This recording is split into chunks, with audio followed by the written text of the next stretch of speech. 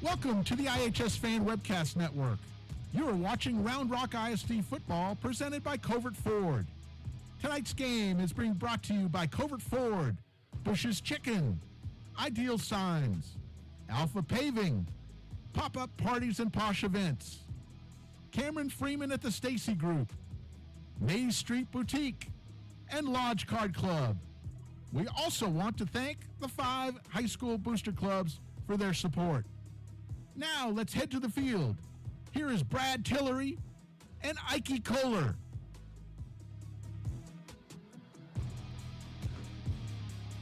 Live from the Kelleries Athletic Complex in Round Rock, iHSFAN Sports is proud to bring you Round Rock ISD football presented by Covert Ford. Tonight, a 6A District 25 matchup coming your way as the McNeil Mavericks, 1-3 on the season, 1-1 in the district, take on the Stony Point Tigers, 1-3 this season, 0-2 in District 25 6A. Hello, everyone. Welcome into the broadcast tonight. Brad Tillery, Ike Kohler here with you in the booth, high atop Kelleries Athletic Complex. A gorgeous evening for football. A little bit windy, about 90 degrees right now. It should drop a little bit with the temperatures throughout the night, but clear skies, and can't ask for a much better night to end September, as we are already halfway through the season after this ball game, as each team is playing their 5th of a scheduled 10 to start the year. McNeil comes into the game 1-3 and 1-1 this year. They won last year's matchup 52-21 in this rivalry. These two teams have actually split the last 4 games. McNeil coming off a loss last week, though, Ike.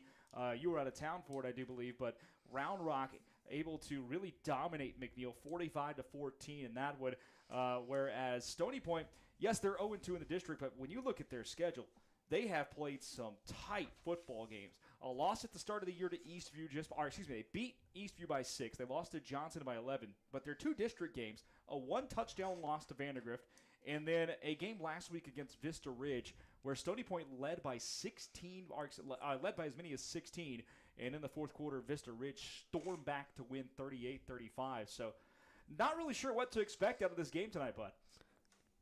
Yeah, I mean, you were just talking about it, looking at Stony Point's schedule. I mean, this team has competed in every game they've played in, and we're halfway through the season, but still relatively early in the district slate. But, this is kind of a swing game for both teams. For Stony Point, they're sitting at the bottom of the district right now. They're 0-2. They've played everyone close, but so they're looking to stay competitive in the playoff race, whereas McNeil is 1-1 right now, sitting at 4th place. They're looking to, put themselves in good position to make the playoffs. And yeah, I think you said it right, being a swing game here with these two teams, as a win for McNeil keeps them in the top half of that conversation in the district. And as for Stony Point, Ike kind of feels like a must-win to me for them to stay in the playoff race this year with the way that this district is playing out so far. Yeah, I would agree with that. Really, it's tough to come back when you open up district play going 0-3. I mean, they would need a lot of things to go in their favor, but I think the Stony Point team has a lot of room for optimism, even though the results haven't necessarily been there. And, they're averaging 28 points per game, and this is an offense that, statistically about 2/3 of their plays have been rushing. And so we'll see how that holds up against McNeil's relatively young defense in the middle of their defense, the linebackers. Yeah, I'll be curious to see how McNeil decides to attack Stony Point offensively. Joshua Williams, the running back, averaging 111 per game so far this year, and that's on pace for a 1,000-yard season. But at times last week, McNeil got away from the run game, and maybe a little bit too. It may have hurt them a little bit in some drives. We've also seen on the 2-deep tonight, it does not look like Jaden Soltz will be playing for the McNeil Mavericks, the starting quarterback. And so Gerald Gary, who we know he can throw, we know he can play the position, is going to step in.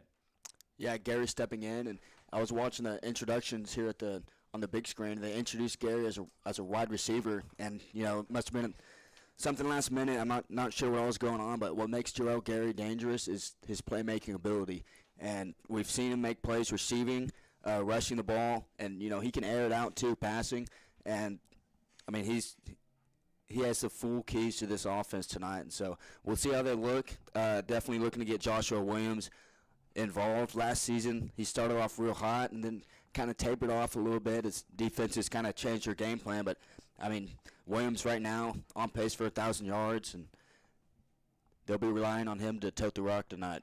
Yeah, as for this Stony Point football team, we mentioned that Gerald Gary's going to be the man pulling the trigger tonight, and he's going to be facing a next-level commitment at cornerback, Caden Cook, leading the defense. Cook's heading to Cal to play out in, as weird as it sounds to say, the ACC. But he's going to be playing at that next level, a pretty high level, too. So it just makes it that much harder on the passing game. And with Gary playing quarterback, it takes one of the primary receiving threats as well away from McNeil tonight.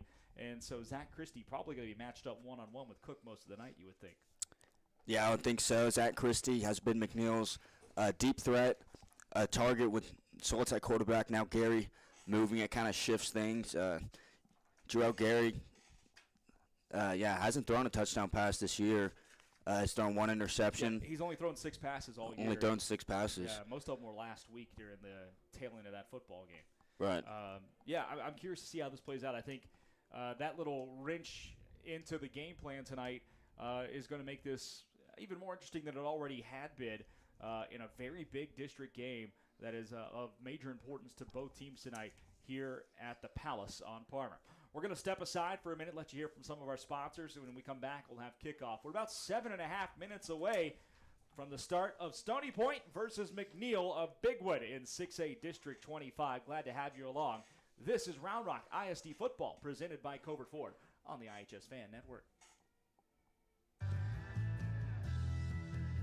Alpha Paving Industries, LLC, is an award-winning, full-service paving and pavement maintenance company. We are headquartered in Round Rock with offices in Houston and Dallas-Fort Worth, servicing cities throughout Texas.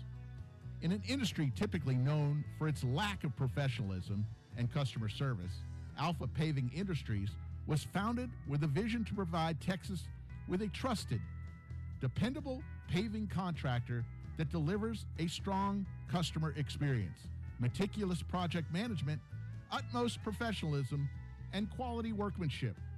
In 2013, Alpha Paving Industries, LLC was awarded the City of Austin Small Business of the Year Award for its outstanding service in the City of Austin, and was recognized this year as a top contractor with 4constructionpros.com. These awards are a testament to how we do business with all our customers. If you're looking for Texas's most dependable asphalt paving contractor, contact Alpha today.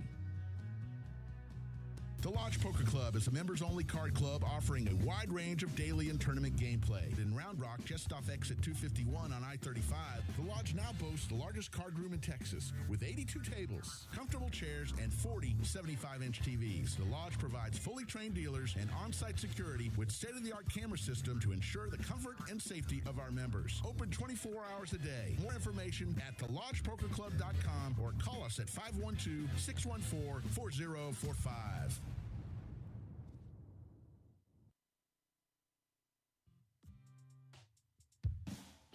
Longtime McNeil parent Brian Kerman is a realtor who works for RE/MAX Capital City. Brian is involved in helping Round Rock families buy, sell, invest, and lease properties in the greater Austin area. He has been doing so for over 24 years. As a thank you to the community, he will be honored to donate $1,000 to your favorite booster club or other 501c3 if you use him and you close on a property. We hope you will contact Brian for all of your real estate needs at 512-921-4490 or at briankerman@remax.net. Bush's Chicken is a proud supporter of area schools, athletic programs, and booster clubs. With stores in Cedar Park, Round Rock, Georgetown, both North and South Austin, and our newest store serving Pflugerville and Hutto. Bush's serves the Texas standard in real hand-battered fried chicken and crispy tenders, tasty rolls, and that famous Bush's sweet tea. Bush's Chicken, proud supporter of area schools, athletic programs, and booster clubs. The Texas standard, Bush's Chicken. It's good, good, good. Interested in or looking for a home in the premier 55 and better community of Sun City, Texas? Trust the Stacy Group and realtor Cameron Freeman. Cameron specializes in buying and selling new and resale homes in the active adult Del Webb community in beautiful Georgetown, Texas. Contact realtor Cameron Freeman at the Stacy Group today with a text or call to 512-740-1836 to learn more. In the heart of Austin, there's a name that reigns supreme, Covert Ford. For over 114 years, Covert Ford has been driven by the community, offering unbeatable service and a wide selection of vehicles. From the rugged F-150 to the iconic Expedition, Covert Ford has the perfect ride for every journey life offers. Visit Covert Ford Austin, where community drives us. CovertFord.com off Research Boulevard. Join the Covert family today. Are you looking for a little something extra to get your business noticed? At Ideal Signs, they specialize in custom signage and large format digital printing in a variety of media. Their in-house design department can work with you to create custom artwork to your specifications. They'll work with you to conceptualize, design, and produce any custom projects or idea that you might have. Call 512-930-7446 or visit signsforsports.com. Ideal Signs. Visit Mays Street Boutique in Round Rock for all your shopping needs. Whether you're looking for a special gift or that perfect outfit that everyone will love, we have you covered. Come visit us in-store or shop us online at maysstreet.com. We appreciate your business and thank you for shopping local. Are you ready to take your celebrations to the next level? Imagine luxury indoor sleepovers that bring the magic of glamping right into your home, or a posh picnic party that brings elegance and charm to your outdoor space. Whether you're planning a birthday bash or a simple get-together with friends, Pop-Up Parties and Posh Events is here to make your dreams come true for any special occasion. Our event planning services will ensure every detail is perfect, leaving you free to enjoy the moment. So let Pop-Up Parties and Posh Events turn your next celebration into a memorable masterpiece. You are listening to the Horn Webcast Network, powered by iHSFAN. If you're interested in advertising on or privately supporting this webcast, please reach out to us on Twitter at iHSFAN. All audio rights of this webcast presentation belong to iHSFAN, and any intent to rebroadcast or retransmit must have express written consent from iHSFAN.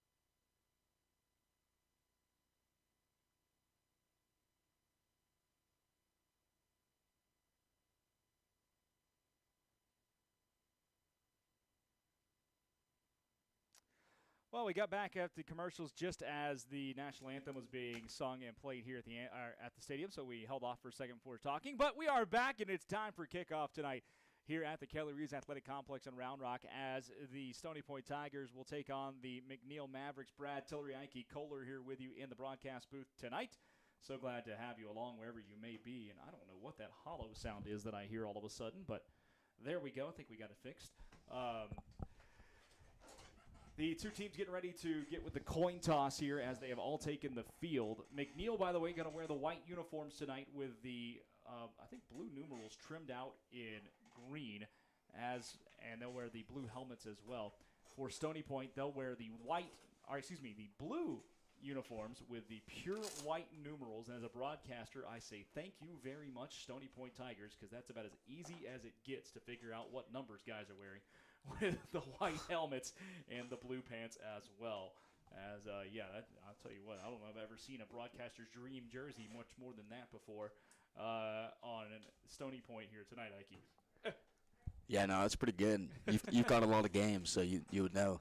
Yeah, there are things that I look for that I know other people don't necessarily think about or maybe pay attention to, especially if you're just watching or listening. But something as small as big white numerals on a dark background jersey goes a long way with me in my affinity for calling the games, because I tell you what, I've done games where I've seen like black on black with just the numerals trimmed out, and those are the absolute worst. You just can't see anything. It's hard to identify who's playing what. And, you know, here at high school ball especially, we want to make sure that we're calling out the players' names and talking about the talents that they have, because we do know a lot of you are family and friends out there watching, because you can't be here in Austin to maybe see it wherever you may be, or you couldn't make the game tonight. So we want to make sure that we are talking about your son, your nephew, grandson, whoever it may be down here, and identifying how they go.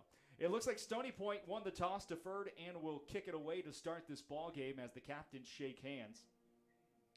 This is, like we talked about in the pregame, a big contest tonight for these two teams. For McNeil, a team that comes in 1-3, but 1-1 in the district, and if they can get a win, they will stay in that top half of the battle in the standings here in 6A District 25. And we've talked about this all year, Ike. We think this district, especially in those 2, 3, 4 spots, and maybe even 3 and 4, because I think two teams are starting to separate themselves in district. I think it's Vandergrift and Round Rock.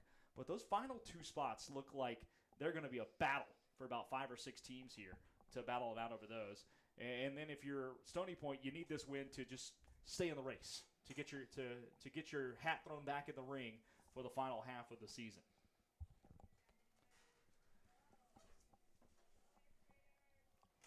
So it will be Stony Point to kick it away, and doing the honors, number 35, Noah Lopez. I'll tell you what, I was watching him during pregame warm-ups. He was banging in field goals from 55 yards with ease earlier tonight, so wouldn't be shocked to see this sail out of the back of the end zone. Lopez with a run-up and the kick, and whoo! This is going to not only go through the end zone, it's going to go 5 yards through the end zone before it lands for the touchback. Oh, my goodness. Yeah, we'll see how this plays out during the game, but having a kicker like that is such a weapon, and that they'll use to their advantage. So McNeil will take over 1st and 10 from the 25 to start this football game. And for the McNeil Mavericks, it is Gerald Gary getting the start at quarterback.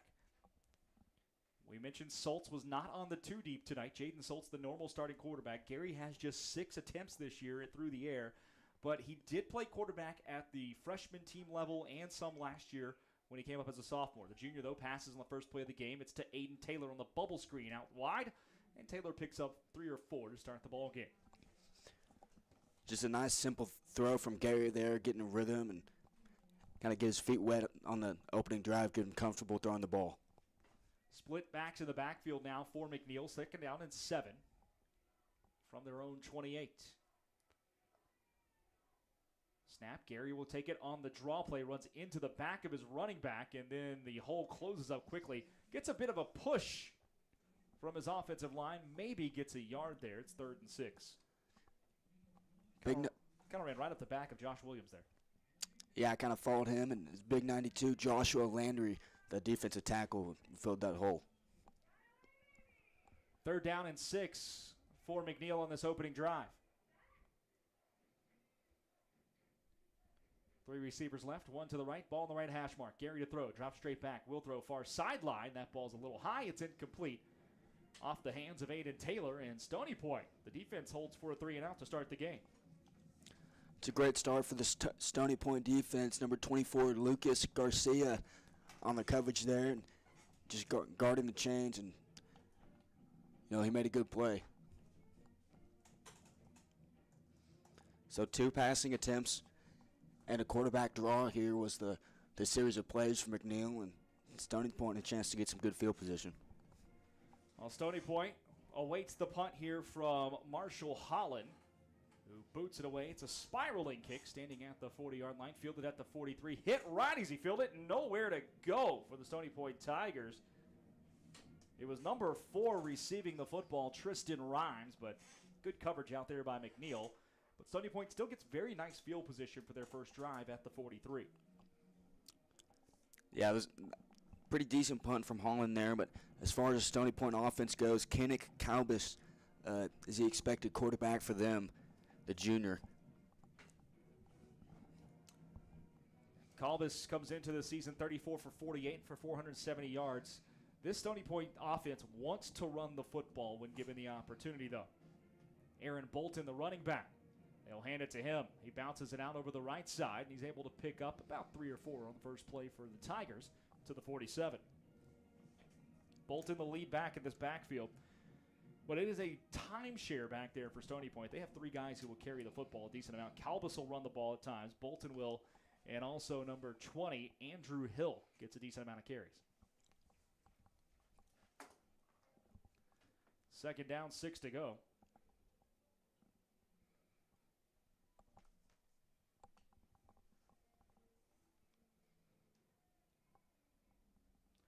There's another fake handoff. Throw by Kalbus to the left side, out of the backfield. Oliver James with the catch. He's into McNeil territory, and it's down to the 44-yard line. A first down for the Stony Point Tigers. It's good completion by Kalbus there, and the receiver just kind of slips into the flats, and easy first down.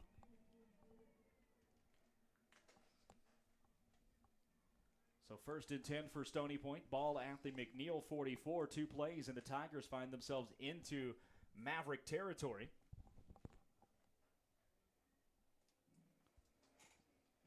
Bolton stays in at running back. Man goes in motion. That's James. They'll hand it to Bolton on the sweep play over the right side. Tries to hit the hole and picks up about 3 or 4 ridden down from behind. It was big number 46 with the tackle, Wadike Nwosu. 5-yard pickup. It's second down. Nwosu's a veteran of this McNeil defense. He played a lot last year. Now a senior, is one of the more experienced defensive linemen. Second down and 5. Ball on the right hash mark. Trip receivers left, 1 to the right. Looking to throw. Surveys the field. Back over the middle. Quick pass, and that's a first down. He finds Oliver James again.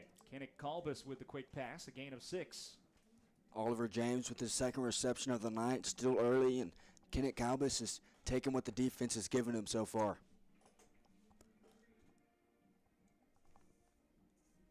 First and 10 now, Stony Point on their first drive of the game after forcing McNeil into a 3-and-out to start.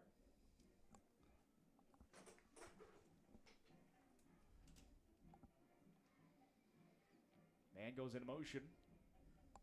They bobbled the snap and then finally get the handoff out cleanly to Bolton, who works up the middle for another 5 on first down. Really nice job by the quarterback Kalbus to hold that football because it was a little bit of a bobbled snap. Yeah, and despite the bobble, Bolton got himself 5 yards on that play. Stony Point has been effective on first down. They've been gaining ground and making it easier on themselves later on. Second down and 5 now.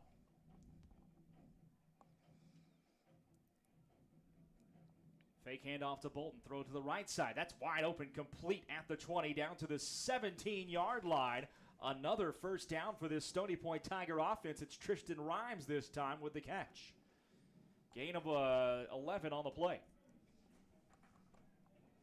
And the Tigers have picked up 3 first downs on this drive and find themselves in the red zone with 7:30 to go in this opening quarter.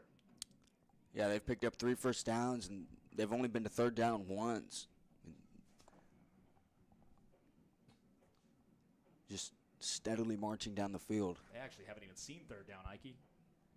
Everything's been 2 downs and a new set. First and 10 here. Kalbus hands it off to Bolton again around the left side. Gets around the first tackle and able to pick up a yard or 2. Good job out there on the right end by the defense for McNeil to stretch that play out, force the running back to go a little wider than he wanted to. Just a yard on the pickup. Yeah, Bolton just ran out of room there, was trying to turn the corner, and this would be big for McNeil if they're able to get a stop, given how Stony Point, they've looked cool, calm, and collected on offense. Healthy mixture of running and passing plays. It's second down and 9 now.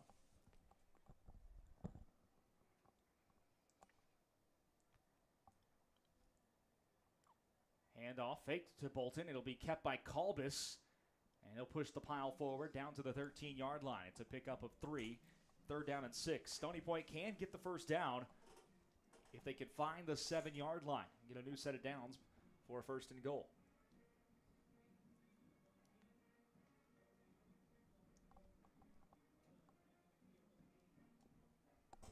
Third down and 6 coming up. Tight end on the right side for Stony Point. 2 receivers right, 1 left. Bolton to the right of Kalbus. They'll fake the handoff. Kalbus looks to take off. Up the middle he goes. Nowhere to go as he's taken down for no gain. Nice play out there by the defense for McNeil. It was number 31 making the tackle, Rodrigo Rivero. Here comes 4th down and about 6. Frank Martinez Gomez, the defensive lineman, was there too, and on the tackle. And Kalbus just kind of got caught up at the line of scrimmage. Wasn't really anywhere to go. 10th play of the drive coming up. Stony Point in no rush to get this call in. We know the kicker has plenty of leg in Noah Lopez. Just kind of a matter of, do they want 3 here or maybe try to go for the end zone? Timeout will be called. Stony Point wants to discuss it. 5:55 to go in this opening quarter. No score between Stony Point and McNeil. And folks, we want to tell you that AutoNation Chevrolet proudly supports the Round Rock ISD football programs. If you're looking for a big win, shop their unbeatable selection of new Silverados, Colorados, Equinoxes, Trax, and more. Plus, you can score some cash for your car by selling it to the team at AutoNation Chevrolet. Get your quick online appraisal now at AutoNationChevroletWestAustin.com. That's AutoNationChevroletWestAustin.com. Then, hey, you get paid the same exact day. I promise you guys, it's that easy. Visit AutoNation Chevrolet at 183 and Duval today. Together, let's drive. It'll be 4th and 6 when we come back from the timeout break here. 5:54 to go in this opening quarter of play. No score. And Stony Point will send out the the field goal team.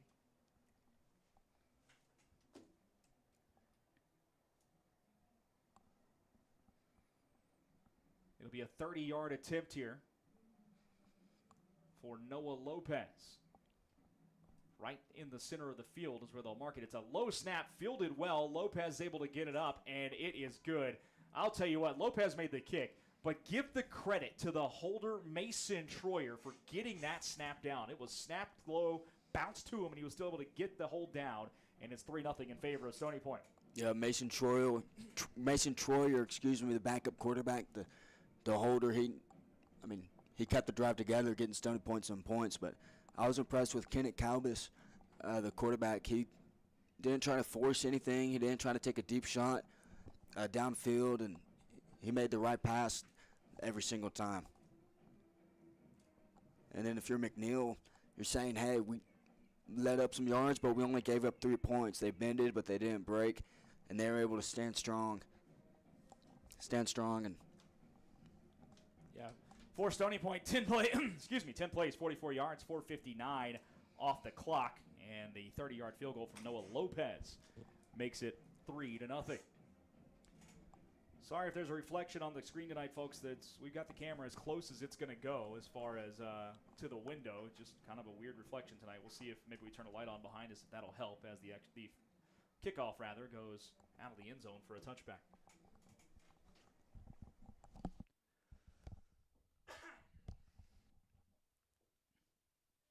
First and 10 for the McNeil Mavericks. It'll be their second drive of the game to start here. 5:47 left in this opening quarter.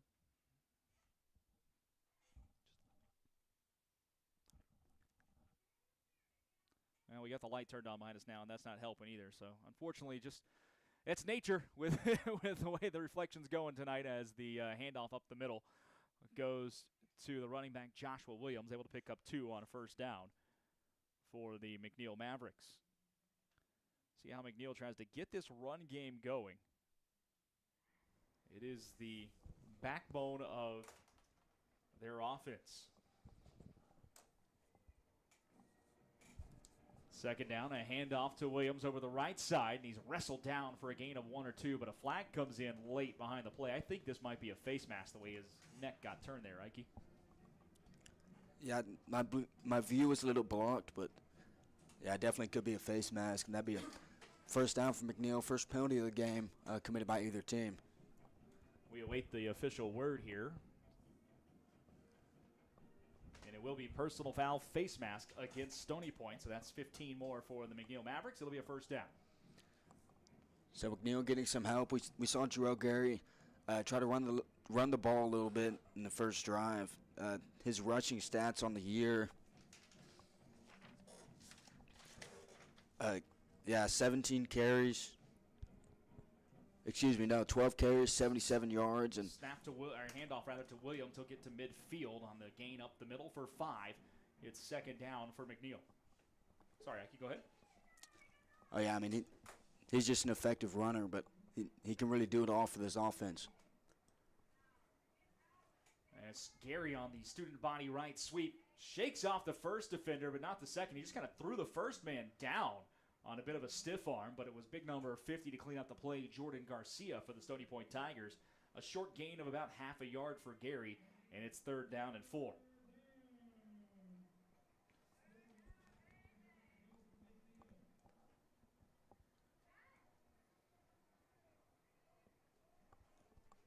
Two receivers right, tight end set to the left. That's Zach Christie with a hand in the dirt to the left. That's an interesting lineup for McNeil. Handoff, though, up the middle to Williams. He's got a first down and more, spinning off a tackle and out to the 41-yard line for an 8-yard gain and a first down. So that's the second time they moved the chains, and now McNeil will go fast. Another handoff to Joshua Williams. Puts his foot in the ground, steps forward, able to get about 6 on first down. McNeil going hurry up here. Second down and 4. Again, a handoff to Williams. Right up the middle he goes, through the hole, still on his feet, pushing forward. A flag comes down late. It's enough for a first down if it stands down to the 27-yard line, but we will await the decision.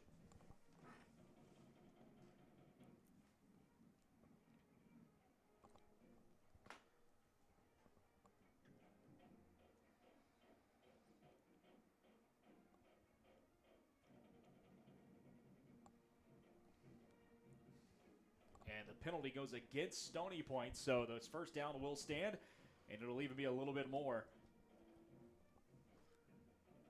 McNeil finding their offense here on their second possession of the ball game. The face mask goes against Stony Point. Second face mask of the drive, and it marks it down all the way to the 13-yard line. First and 10 now for McNeil inside the red zone. Handoff to Williams one more time, and he tries to go out to the right, but only picks up 2. This drive is all about the power run game for McNeil. Just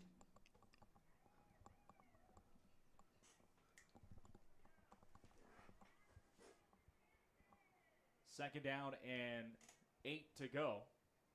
3:04 left to go in this first quarter. Handoff to Williams. Up the middle, nowhere to go. Taken down by a couple of defenders there for Stony Point.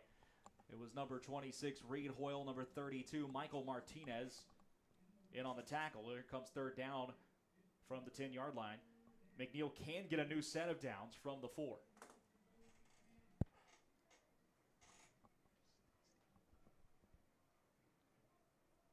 Looked like Stony Point might have jumped offside. Free play here, floated up to the back of the end zone. It's tipped up. It's incomplete.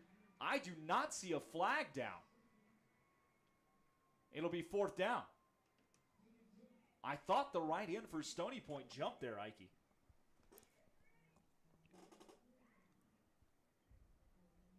And so it'll be fourth down for McNeil.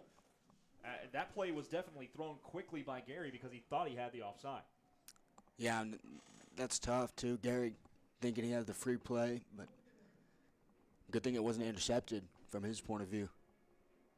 Fourth down and 6 for the Mavericks from their own, from the Stony Point 10. Empty backfield for Gary.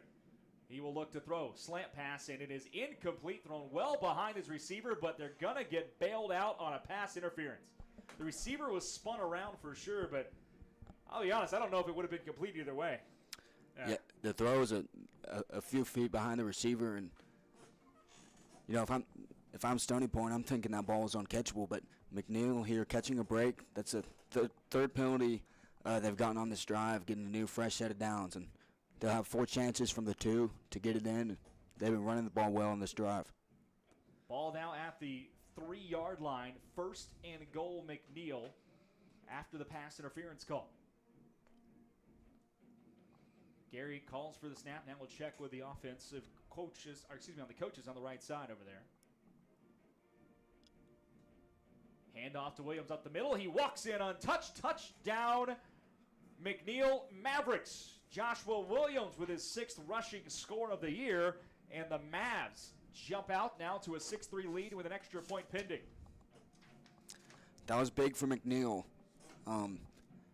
Scoring on their second drive of the game after going 3 and out in the first drive. And, they were helped out by 2 face masks. And then on 4th and 6, they didn't get it. But a pass interference penalty was called. And at that point, you got 4 chances for Joshua Williams or Joel Gary to run it in from the 3. And Joshua Williams got his number called, and he took advantage.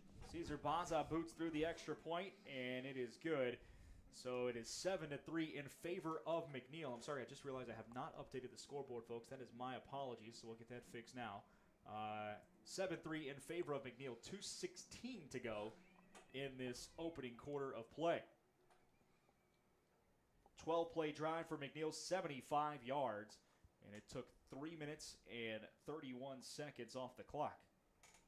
So a nice answer there by the McNeil Mavericks, Ike, and we'll see how Stony Point comes back because they had a 10-play drive of their own stall out the first time. They settled for 3, but both of these offenses seem to be finding a rhythm here in the early going.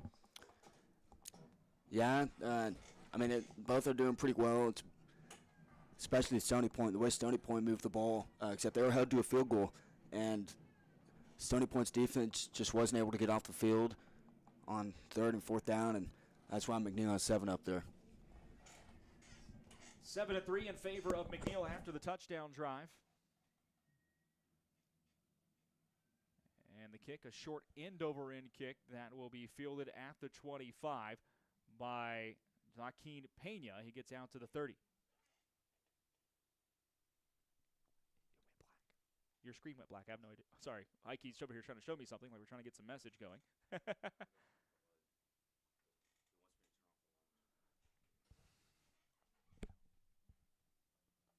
1st and 10 from the 30-yard line.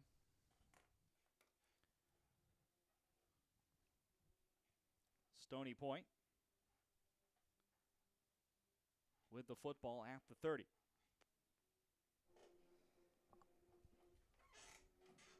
Ball on the right hash mark for the Stony Point Tigers. Drops straight back to pass the quarterback.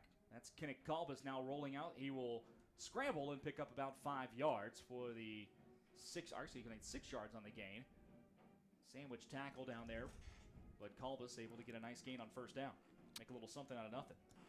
Yeah, it was a good scramble by Kalbus, but number 46, Wadike and Wosu with the tackle there. He chased him down, and it was a good play. He was fired up afterwards, and that's what you'd like to see from a defensive lineman.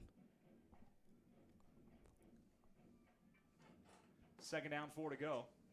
Ball on the right hash mark here. They'll send Landon Schluter in motion and hand it off to the running back, Aaron Bolton.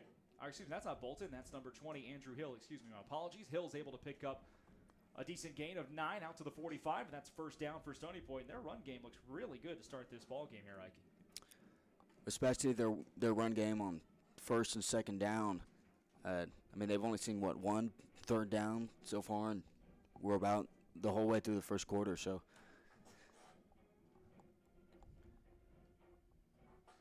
7-3 in favor of McNeil over Stony Point. Ball at the 45-yard line. The Tigers on the march for the 2nd drive today for them.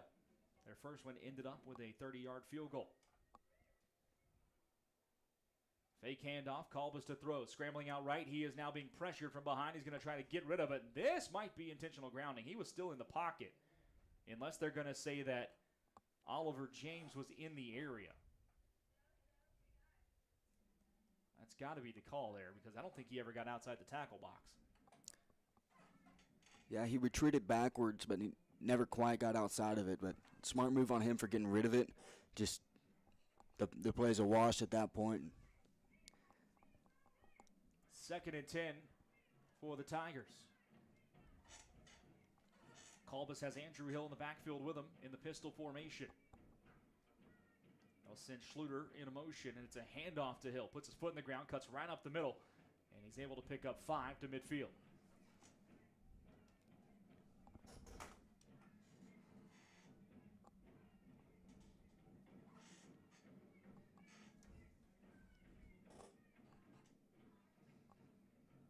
Third down and 5. Stony Point, they don't have any rush to their offense as far as haste goes. Just get the right play in, take their time. They're going to try to control this clock and control the game on the ground as much as possible. And you can see it in their offensive line, Ike. That is a lot of beef down there on the offensive line. Yeah, they're doing a good job tonight so far.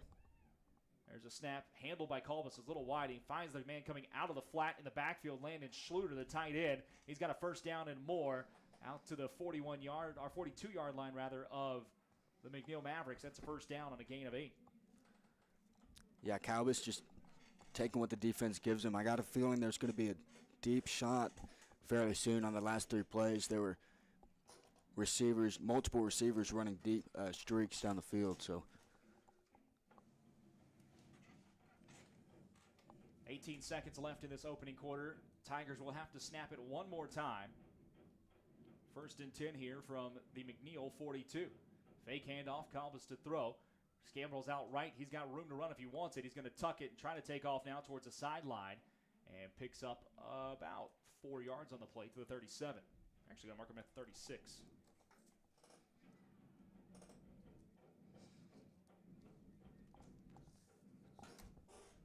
Second down and 5. 3 seconds left on the clock, and since he stepped out of bounds, they'll have to get one more snap off here. Kenneth Colbus, the junior quarterback, has been effective rushing the ball. And, every time he takes off, he averages just over 4 yards a carry. Yeah. Does just enough on the ground as Colbus to keep you honest, which that makes it tough on defenses. If you got a guy who can get out there and scramble for 5, 6 yards a carry, especially on the early downs, that makes it tough on the defense because you kind of have to keep a spy out there, make sure you have an eye on him. And it takes away options maybe for man-to-man coverage because you can't turn your back on it. Yeah, that's exactly right. And got one more snap to go here in this first quarter of play. 7-3 your score. The Mavericks lead the Stony Point Tigers. We'll get you scores and updates from around the area throughout the evening as well. Keep you updated on what's going on. Last night in this district and at this very stadium, I was able to call the game. Westwood beat Manor 28-16 for Westwood's first victory of the year. Other games around the area last night we'll catch up with, but we try to prioritize district games as much as possible. Second down and about 5 to go here for the Stony Point Tigers from the McNeil 36. There's a handoff to Hill. Makes the first man miss in the backfield, but not the second. He's dropped for a loss of 1 on the final play of this opening quarter. It was Wandika Nwosu once again, who's had a really nice first quarter of play, and that will end the opening stanza. We're through 12, McNeil 7, Stony Point 3. This is Round Rock ISD football presented by Covert Ford on the iHSFAN network. Boston, there's a name that reigns supreme, Covert Ford. For over 114 years, Covert Ford has been driven by the community, offering unbeatable service and a wide selection of vehicles. From the rugged F-150 to the iconic Expedition, Covert Ford has the perfect ride for every journey life offers. Visit Covert Ford Austin, where community drives us. CovertFord.com off Research Boulevard. Join the Covert family today.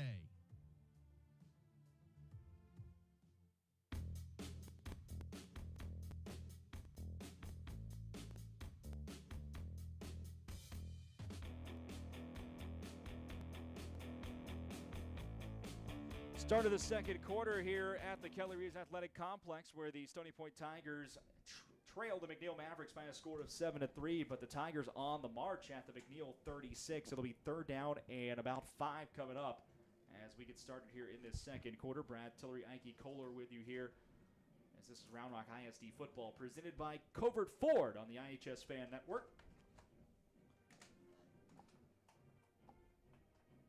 Kenneth Kalbus takes the snap, scrambles to his left, being chased in the backfield. Now back to his right. He's got a little room, tries to plant his feet, and cannot escape the grasp of the defensive line for the McNeil Mavericks. Kalbus dropped for a loss of 5, and it'll be fourth down. A couple of players down behind the play as well, so we'll have a little bit of a timeout and hope they're doing all right. But really nice job by that McNeil defense to clamp down the last 2 plays and forced Kalbus to have to run a little bit and couldn't escape the pressure. Yeah, I mean, Kalbus escaped one defensive lineman, and he did everything he could to keep the play alive. But that defensive line staying steady and just keeping that constant pressure on him has really disrupted Stony Point's passing game in the last few plays. Live scores from around the area right now. Cedar Park leads Colleen Chaparral 10-0. That game late in the first. Hendrickson trails Weiss 14-0 in the first quarter. Johnson City and Thrall scoreless.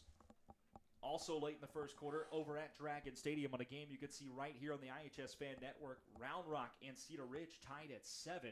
Remember, if you're watching on iHSFAN, make sure you like and subscribe here on YouTube. And every time we go live with a game on the network, you'll get that notification on your app all season long, and you won't miss a second of great Texas high school football action. Glenn leads Eastview 15-14 midway through the first. Granger on top of Bartlett 21-7 in the second. Rouse trailing Lake Belton 6-0 start of the second quarter. Leander and Georgetown tied at 7 in the second. And we got some other. Vandergrift 21, Vista Ridge nothing. That's in the first. Lake Travis and Bowie scoreless. They're just getting underway. Every other game happening, starting to kick off right about now. The Stony Point Tigers will kick it away. It's a high snap, fielded well, though, and punted by number 35, Noah Lopez. It's a high punt that will be forcing a fair catch at the 6-yard line. So a nice punt by Lopez will force McNeil back inside their own 10 to start this drive.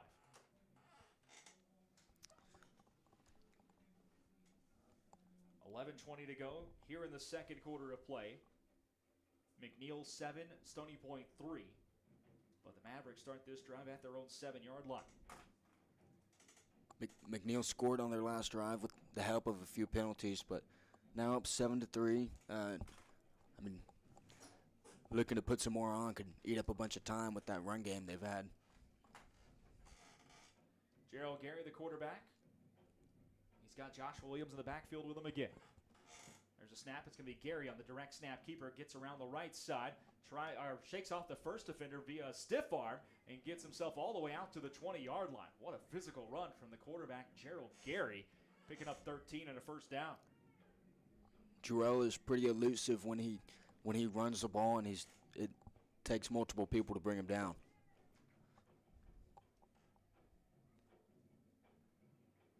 Keeps it again. Does Gary over the left side this time. Spins his way forward. He's out to the 29-yard line, and that's the threat he brings as a quarterback. You can find different ways to get blockers in front of him and just let him take off with his athleticism. And he's running right behind his best pal, Joshua Williams. Williams out there with the lead blocks on both of those runs. Second down and a yard now. We'll see if maybe McNeil thinks about taking a shot. All the safeties are pulled up within 6 yards of the line of scrimmage right now. There's a handoff to Williams, though, up the middle in the straight give.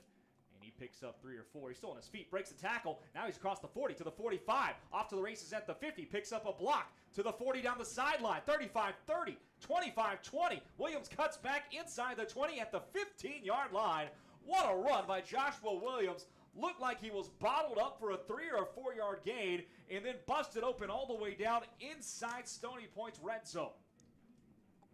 Yeah, Stony Point had him beat, but they didn't finish the play. And look at the results. 56 yards on the carry.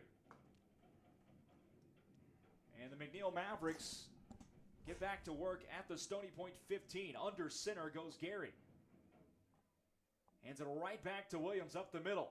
Sticks his head down through the hole and falls forward for 5.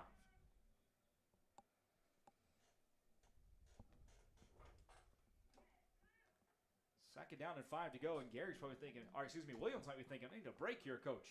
A lot of running right there on the last couple of plays.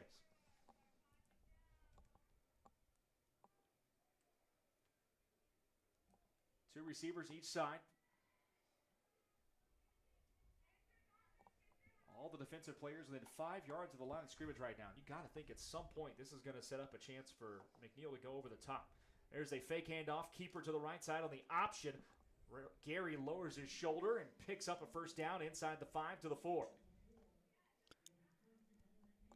Jarrell Gary's not one to step out of bounds when the defender is coming his way either. He lowered his shoulder there. He's a natural running back wide receiver, so he's not afraid of the contact for sure. Under center goes Gary now on 1st and goal from the 4-yard line.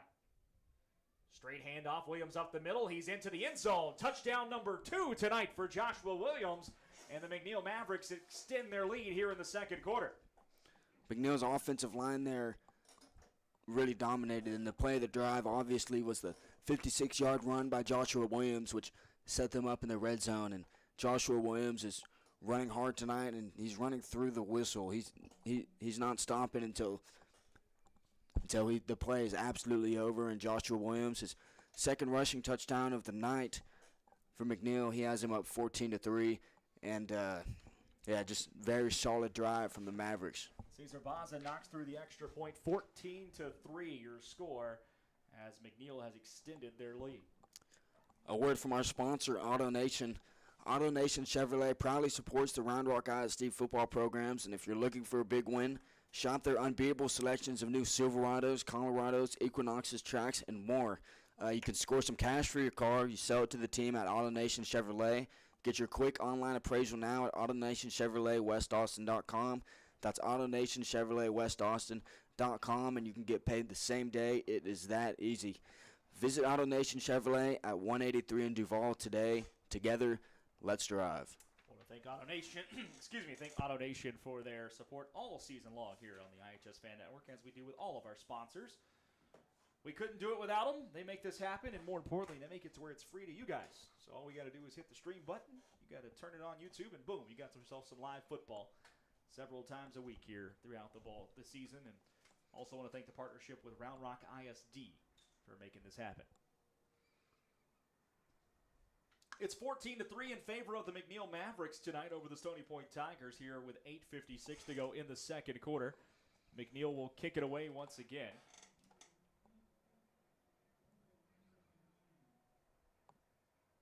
Here is the run-up and the boot. I don't know who number 80 is on the roster, but it goes through the end zone for a touchback. I don't have an 80 on McNeil's roster right now. It's a touchback, though, so Stony Point will get it at the 25 to start their drive. Mikey, I went to an NFL game last week up in Seattle, and seeing the new kickoff in person threw me off, man. It's really weird. What's that atmosphere like? Like opening kickoff? It was fun. Have the new rules changed it? No, the atmosphere didn't change. I didn't think that. The Seahawks and Lumen Field are known to have one of the loudest stadiums in professional football, and it was definitely pretty loud. I also had the opportunity to go to the University of Washington for a game last week, and I thought actually UW was louder at Husky Stadium. By the way, a penalty was assessed on that kickoff. I think it was offside for McNeil. Stony Point just elects to take the 5 yards at the end of the kick, so they'll take it at the 30.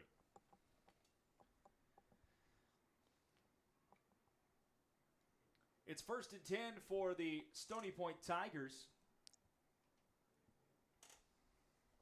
Calvis sends a man in motion.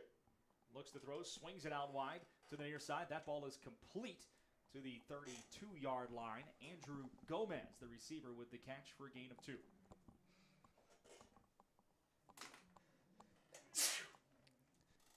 Stony Point, I get the feeling they have to do something on this drive and put up some points and more than a field goal. And they've strung together first downs, but they just haven't finished their drives. A lot of game to go. 8:45 to go in this contest. They will give it a gain of 3 on that last play, by the way, so it is 2nd and 7. Ball on the left hash mark, 3 receivers right, single receiver to the left. Colbus drops straight back, looking to throw, has time, shoots one down the middle, into coverage, it's incomplete. Almost intercepted down there by the McNeil Mavericks as number 12, Brody Mansfield, knocked it down. 3rd down and 7. It's the first deep shot we've seen them take all day here for Stony Point. Now another 3rd down, and if McNeil could get off the field here, that would be huge for them. Force another punt. 3rd and 7.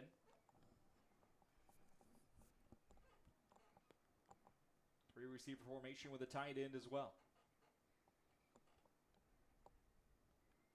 Colbus with time. Throws one deep down the left side. Got a man wide open. That is caught inside the 30 for a 1st down and a whole lot more. Andrew Gomez comes down with it. And the Stony Point Tigers are in business at the McNeil 25. There's that deep shot to Gomez, who'd been quiet the majority of the day. 42-yard gain on the long pass down the left side. Now, tell you what, Gomez had to slow down just a little bit to catch it up. If he can get that thing in stride, he's probably gone and off to the races. Had his defender beat by a few steps. 1st and 10, though, for the Stony Point Tigers. There's a handoff to the running back, Bolton. Cuts back up the middle, lowers his shoulder, pulls forward, picks up 14 and a 1st down. Nice run by Aaron Bolton. Stony Point now in the red zone here, and it's going to be important for Cowboys to have protection up front if he drops back to throw the ball. You said this was a big drive, Ike, and the Stony Point Tigers answering here. A big 3rd down conversion with a 42-yard pass. Now they find themselves 1st and 10 from the 12. Handoff, Bolton left side. Tries to stretch it out, cut back. Still on his feet after making the first couple of men miss. And I'll tell you what, you won't see many better 4-yard runs than you just saw right there from Aaron Bolton. He made something out of nothing. It's 2nd and 6. That's one of those runs that won't really show up on a stat sheet, and you won't really see. But if you're in person watching the game, you're going, holy cow, like this dude's good. Yeah, he looked like he lost his footing there for a second, stayed on his feet somehow, had guys around him, and picked up 4. Keeps his offense ahead of the chain. 2nd and 6. And off this time to Hill. Up the middle he goes after the little bit of a counter run. He's down to the 6. Andrew Hill with the run, the senior. Probably 4-down territory, you would think, for Stony Point, unless they have a huge loss of yardage here on 3rd down. 14-3, McNeil leads the Stony Point Tigers.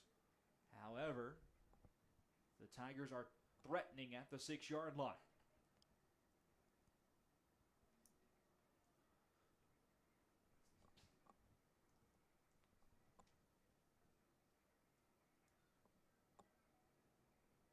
There's a handoff up the middle to Hill again. It was Mason Troyer in at quarterback that time. He'll come in and take a few snaps on occasion. Also will run the ball some. Hill picks up 1 down to the 5-yard line. It's decision time now, 4th down and 2. And it looks like the Stony Point Tigers are going to try to go for it. Troyer stays in at quarterback. He's got Aaron Bolton to his right.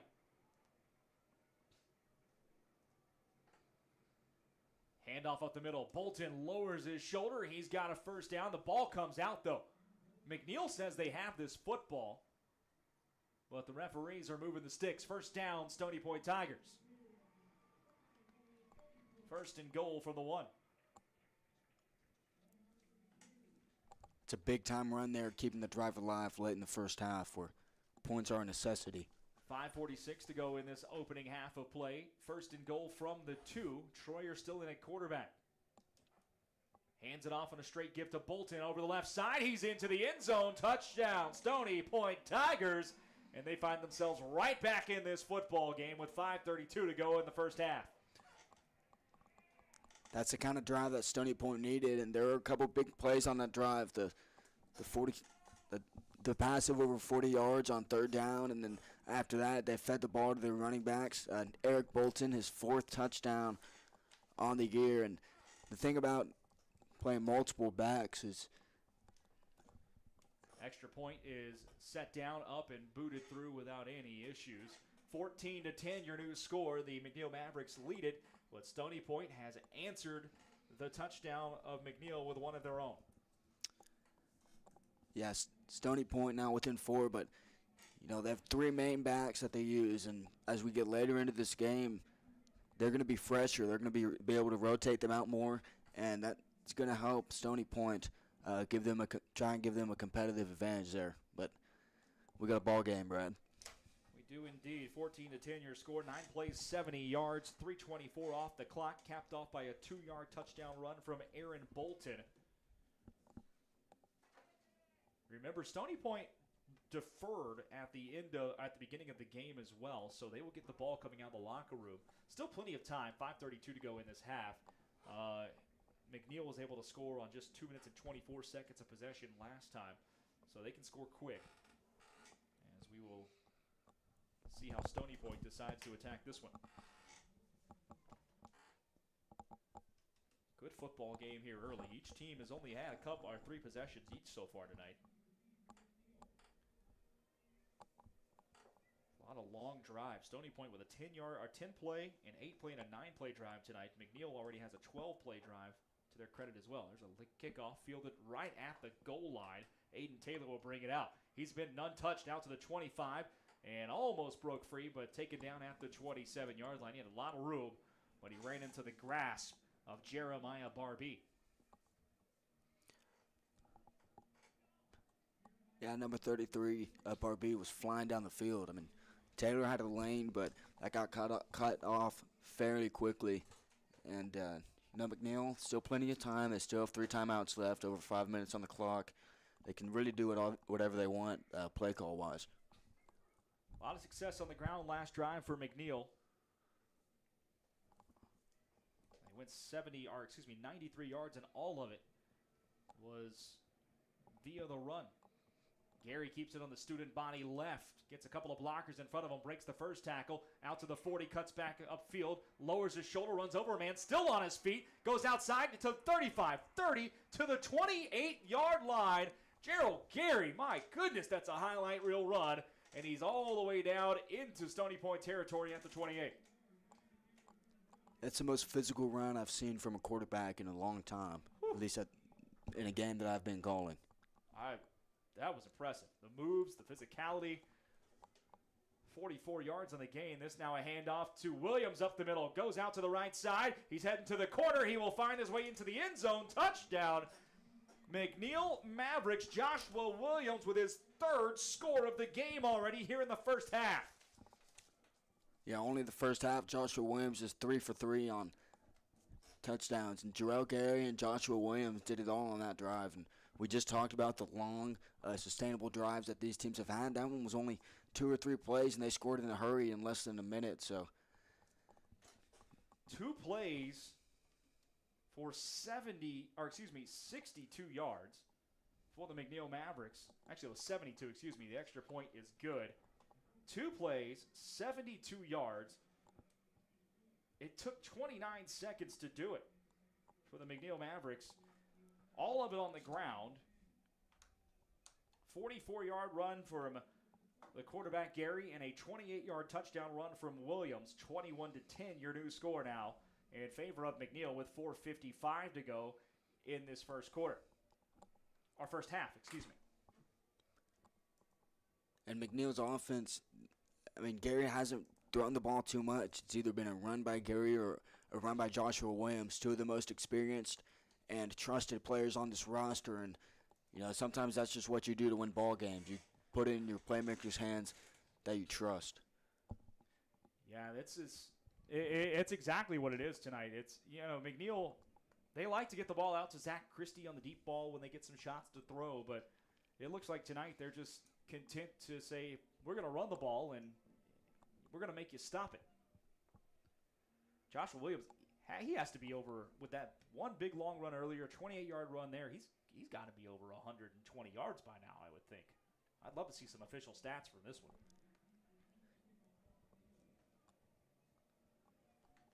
Here's the run-up in the kickoff once again as McNeil boots it away towards the south end zone. And that'll bounce through the end zone for a touchback. Well, Ike, you said last drive Stony Point really needed a score to answer, and they're going to have to muster up another one real fast here. 4:55 to go in this opening half. They had just cut it to 4, and now they're back down 11 in the blink of an eye. Yeah, immediately it was like a flip switch, and McNeil was back on top, like it was no problem for them. But for Stony Point, I mean, they have one timeout left, but they still have time. I think there's going to be one or two big plays, maybe a deep shot down the field, if they're going to be able to score here.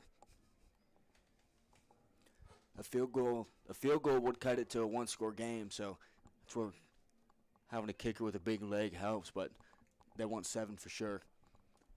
Well, 1st and 10 for the Stony Point Tigers. They'll send a man in motion and flip it to him on the end around.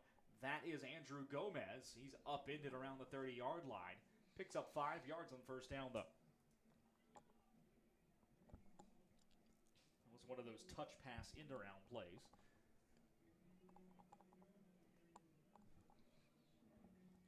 Second and 5. That's one of my favorite plays on college football, by the way, for the video game. A little quick touch, end around, catch some guys, break it for 10, 15 yards. Then run a little play action. Second and 5. Andrew Hill, the running back. Instead, it'll be the quarterback. That's the backup throwing, and it's a first down to the tight end for a gain of about 8 yards. It was the backup, Mason Troyer, with the catch. Landon Schluter with the catch on the Troyer pass. It was a 9-yard pickup. Schluter just ran a little co-route. The receiver on the outside ran an out route towards the sideline and took the defender with him, and number 6 was sitting right there ready for it. Troyer, that's just his 2nd completion of the season. Or excuse me, that's his 6th completion of the season on his 9th pass attempt. Alex Freeman goes in motion. They will let Troyer throw. He's got a man wide open, uncovered near sideline. That's Tristan Rhymes off to the races. 20, 15, 10, 5, touchdown Stony Point Tigers. What recognition from the quarterback, Mason Troyer. He saw that Rhymes was uncovered down here, took the snap and just threw it right to him, and Rhymes did the rest for a 61-yard score. How about them Stony Point Tigers responding immediately within a few plays? And you know, that looked like 7-on-7, and just a guy was just uncovered, and boom, snap the ball, touchdown, easy peasy. And that would be the backup quarterbacks. You said it was his 6 attempts, first touchdown. His 4th touchdown. Already this season, though. The extra point is good, by the way. 21-17 your score with 3:22 to go in this first half. And man, these two teams, they're going back and forth on each other now. Each of the last 4 possessions have resulted in touchdowns.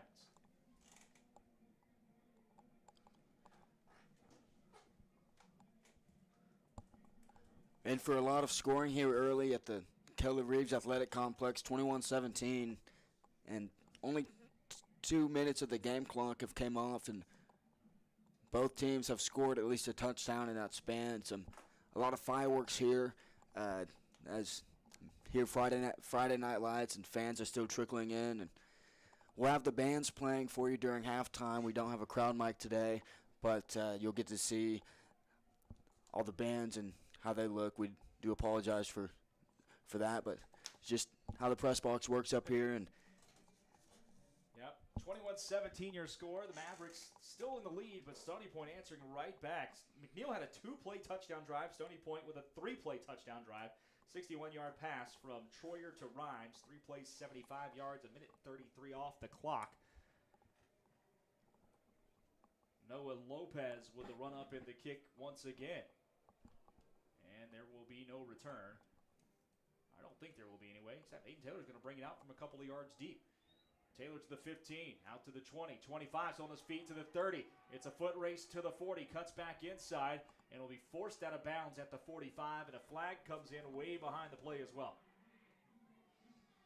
So this one might be coming back.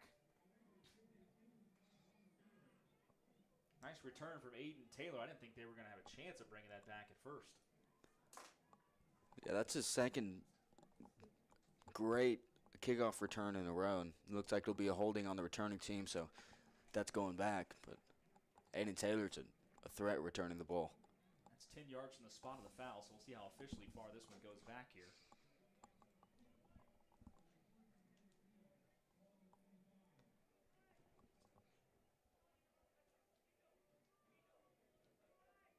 Looks like they will mark it at the 25, so just as good as a touchback, really. 1st and 10 for the McNeil Mavericks. 3:11 to go in this first half of play. 21-17, McNeil leads it. And what has been a back-and-forth football game tonight. McNeil has had the lead since taking over 7-3, but man, Stony Point's just not going away. There's a handoff right up the middle. It's Joshua Williams again, and Williams able to pick up 7 yards. He was about 2 steps away from breaking another one.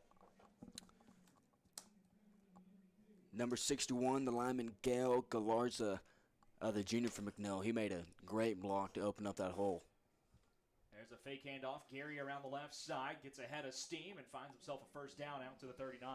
Gain of 7 there. They're moving with urgency here as we approach 2.5 minutes left on the game clock. It's a dangerous little 2-man game on offense right now for the McNeil Mavericks that they may have stumbled into. Remember, the starting quarterback, Jaden Soltz, is injured tonight. Gary on the student body right this time. Picks up a block, moves forward into Stony Point territory, wrestled down from behind at the 44-yard line. It was Tristan Butler with the tackle, but not before that's another first down after a gain of 15.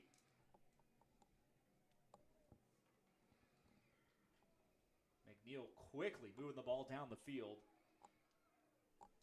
It's a ton of plays in a row with the running. I'm going to check it out here in just a second. Trying to figure this out. They have run the ball 12 straight offensive plays. This time Gary will throw, drops straight back, and he will get out of the pocket. He looked like he was going to be sacked. Instead, he picks up about a yard. Good defense there and pressure from the Stony Point defensive line, but Gary did a really nice job to pick up a few, or at least make something out of nothing. It looked like it was big number 92, Joshua Landry, to finally bring him down.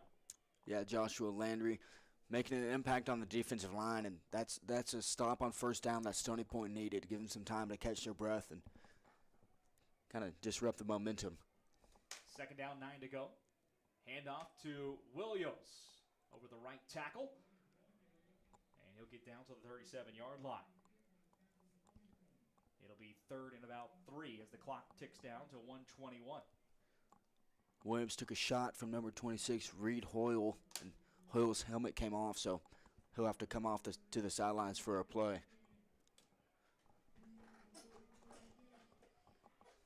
3rd down and about a short 2 as they officially mark it. Gary on the keeper to the left side, able to break a couple of tackles, still on his feet. He's inside the 30 for a first down to the 29.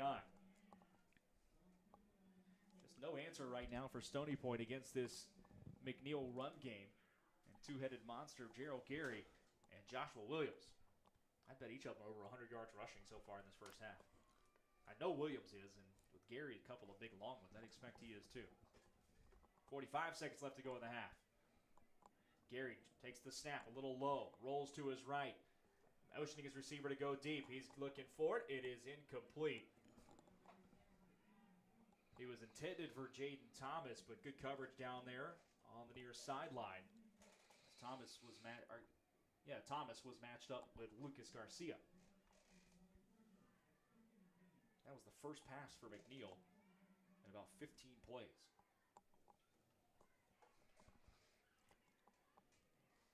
Second and 10. McNeil gets a late substitution. Stony Point gets a late substitution on. Fake handoff, Gary to throw over the middle. That ball is complete inside the 20 to the 15. It's a first down at the 13-yard line. Caught on the slant by Jermichael Gray. 27 seconds left to go, and it's a first down. And McNeil will take the timeout.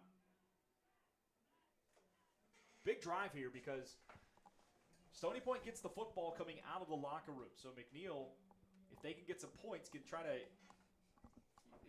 push that lead out a little bit, because Stony Point, if they can get a stop somehow, they'll have the momentum. They get the ball coming out and a chance to take the lead potentially. So points are really big and important here for McNeil.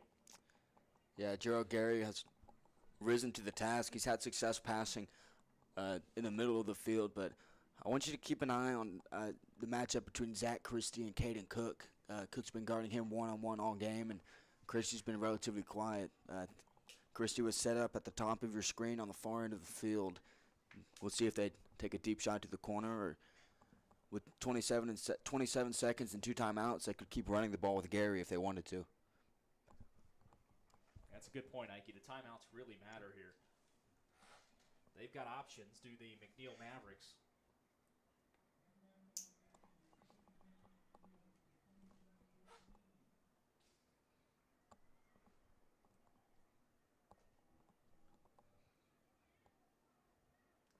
Handoff to Williams up the middle, through the hole. He's down inside the 5, down to the 3-yard line. First and 10, McNeil. They've got 21 seconds to work with, and the Mavericks looked like they might have thinking they were going to call a timeout. Somebody did for sure call timeout. I didn't see who it was, though. Maybe Stony Point called it. 21 seconds to go, 21-17. The Stony Point Tigers trail the McNeil Mavericks. We have history in Major League Baseball tonight. The Chicago White Sox have broken the record for most losses in a season. They have lost game number 121 tonight. Ouch. Yeah, I have a good friend of mine who's from Chicago, and he's a massive White Sox fan, and he's been giving up on the season for a while now. But I like what the White Sox social media team has been doing, though. Yeah, it's check the scoreboard or something like that. Or yeah. Check ESPN. They'll have to check score somewhere else. Yeah, that White Sox team. I know a few White Sox fans myself, and they've had a long season. And I'll tell you what, as a Colorado Rockies fan, that's saying something when I have sympathy for you.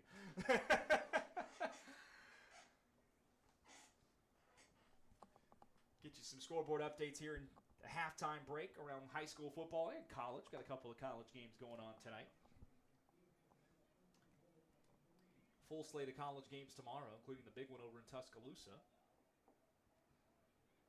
First and goal here from the 3, though. Gary keeps it right up the middle behind his running back. He's into the end zone. Touchdown, McNeil Mavericks. Gerald Gary gets his first score of the evening. And McNeil pushes the lead back out to double digits once again. That was Jarrell Gary's first rushing touchdown of the year, his 7th total. And, that was big for the Mavericks. Now they go up 2 scores here, looking to go up 2 touchdowns is worth with this extra point. But Jarrell Gary got himself a touchdown. Joshua Williams already had 3. Had to share the love a little bit, get Jarrell Gary in there. And this offense has become a 2-headed monster of Jarrell Gary and Joshua Williams running behind their offensive line, who's, I would say, winning the battle right now up front. Definitely. And you got to think, too, you certainly like what Jaden Schultz does. He can throw the ball really well, and certainly has the ability to run, too. But if you're McNeil, you got to think maybe we stumbled into something a little different here that can work long-term for the rest of the season right now, because this offense is clicking at a high rate. They lead 28-17, 17 seconds to go in this second quarter of play. Gerald Gary with a 3-yard touchdown run there, capping off a 10-play, 75-yard drive, taking 2:54 off the clock. And this is just one touchdown after another from each team. They have answered each other with scores in each of the last 5 drives. 6 of the last 7 drives, or well, let's see here, 6 of 8 drives on the entire first half have ended in points. There have only been 2 punts this entire half, one by each team. So McNeil's offense, just looking at their schedule, they've scored over 40 points 3 times, and the time where they didn't, they put up 35. And Stony Point scored over. Last week too, they only scored 14 last week against Round Rock. Oh my, excuse me, wrong schedule here. Yeah, Stony Point's been putting up points, averaging about 30 a game this year as well. Both of these offenses can go as the kickoff goes out of bounds. So Stony Point will get good field position with 17 seconds on the clock. We'll see how they decide to attack this.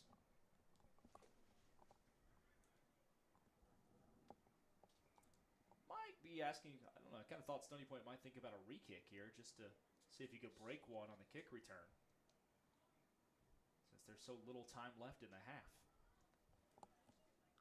The penalty really isn't much of one in high school football. Just get you to the 30-yard line.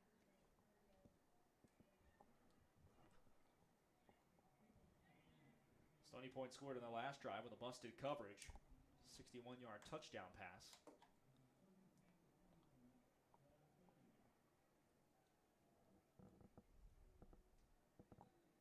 Mason Schroyer back out there at quarterback now.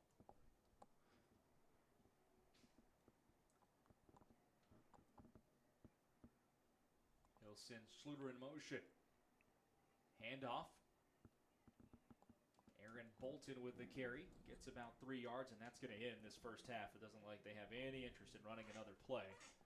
5 seconds left, and yep, that'll roll it down. So through 24 minutes of football here at the Kelly Reeves Athletic Complex, the McNeil Mavericks lead the Stony Point Tigers by a score of 28-17. Got a fun one going here tonight.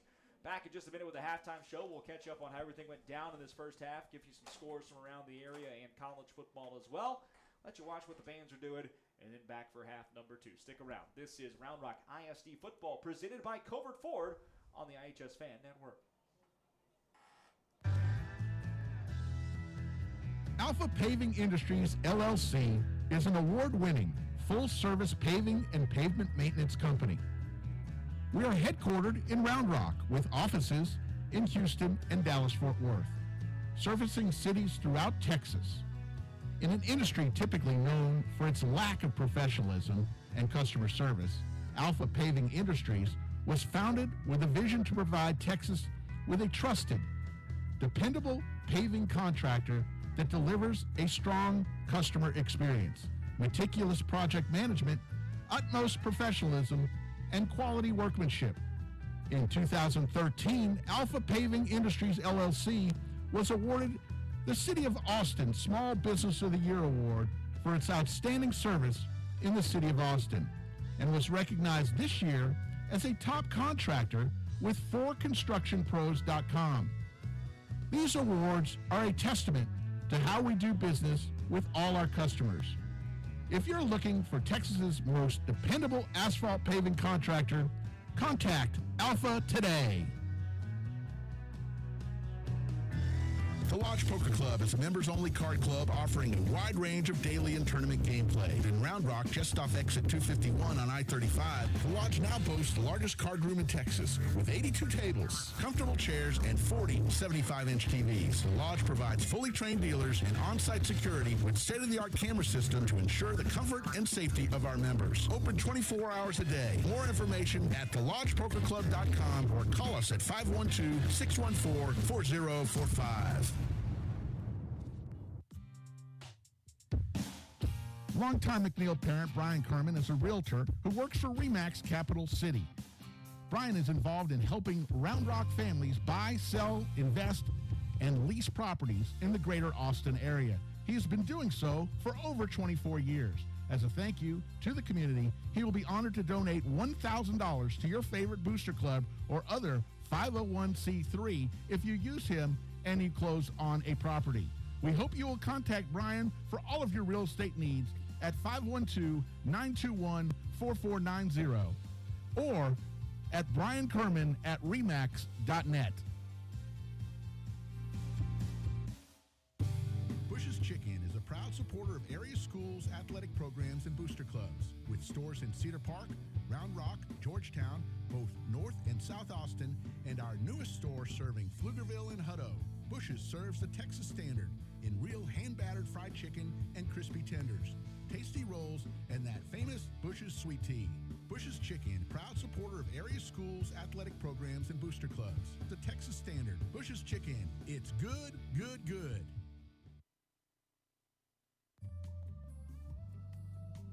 Interested in or looking for a home in the premier 55 and better community of Sun City, Texas? Trust the Stacy Group and realtor Cameron Freeman. Cameron specializes in buying and selling new and resale homes in the active adult Del Webb community in beautiful Georgetown, Texas. Contact realtor Cameron Freeman at the Stacy Group today with a text or call to 512-740-1836 to learn more.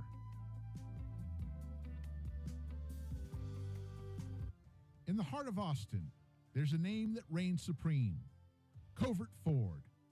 For over 114 years, Covert Ford has been driven by the community, offering unbeatable service and a wide selection of vehicles. From the rugged F-150 to the iconic Expedition, Covert Ford has the perfect ride for every journey life offers. Visit Covert Ford Austin, where community drives us. CovertFord.com, off Research Boulevard. Join the Covert family today. Are you looking for a little something extra to get your business noticed? At Ideal Signs, they specialize in custom signage and large format digital printing in a variety of media. Their in-house design department can work with you to create custom artwork to your specifications. They'll work with you to conceptualize, design, and produce any custom projects or idea that you might have. Call 512-930-7446 or visit signsforsports.com. Ideal Signs, family owned and operated since 1969. Visit Mays Street Boutique in Round Rock for all your shopping needs. Whether you're looking for a special gift or that perfect outfit that everyone will love, we have you covered. Come visit us in-store or shop us online at maysstreet.com. We appreciate your business and thank you for shopping local. Are you ready to take your celebrations to the next level? Imagine luxury indoor sleepovers that bring the magic of glamping right into your home, or a posh picnic party that brings elegance and charm to your outdoor space. Whether you're planning a birthday bash or a simple get-together with friends, Pop-Up Parties and Posh Events is here to make your dreams come true for any special occasion. Our event planning services will ensure every detail is perfect, leaving you free to enjoy the moment. So let Pop-Up Parties and Posh Events turn your next celebration into a memorable masterpiece.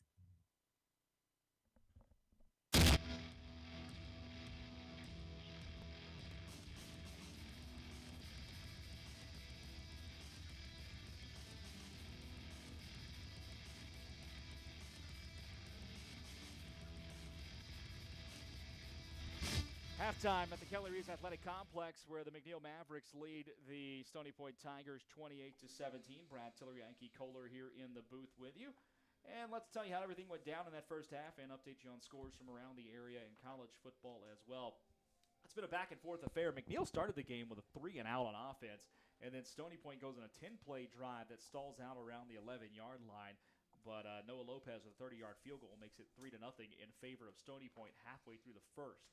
McNeil gets an answer, though, with a 12-play drive of their own, capped off by a 3-yard touchdown run from Joshua Williams, the first of 3 for him in this opening half, 7-3 in favor of the Mavericks. Stony Point would have their only punt of the first half, and the Mavericks would extend the lead on a 6-play, 93-yard drive. Joshua Williams with a 4-yard touchdown plunge this time, making it 14-3. Stony Point answered right back.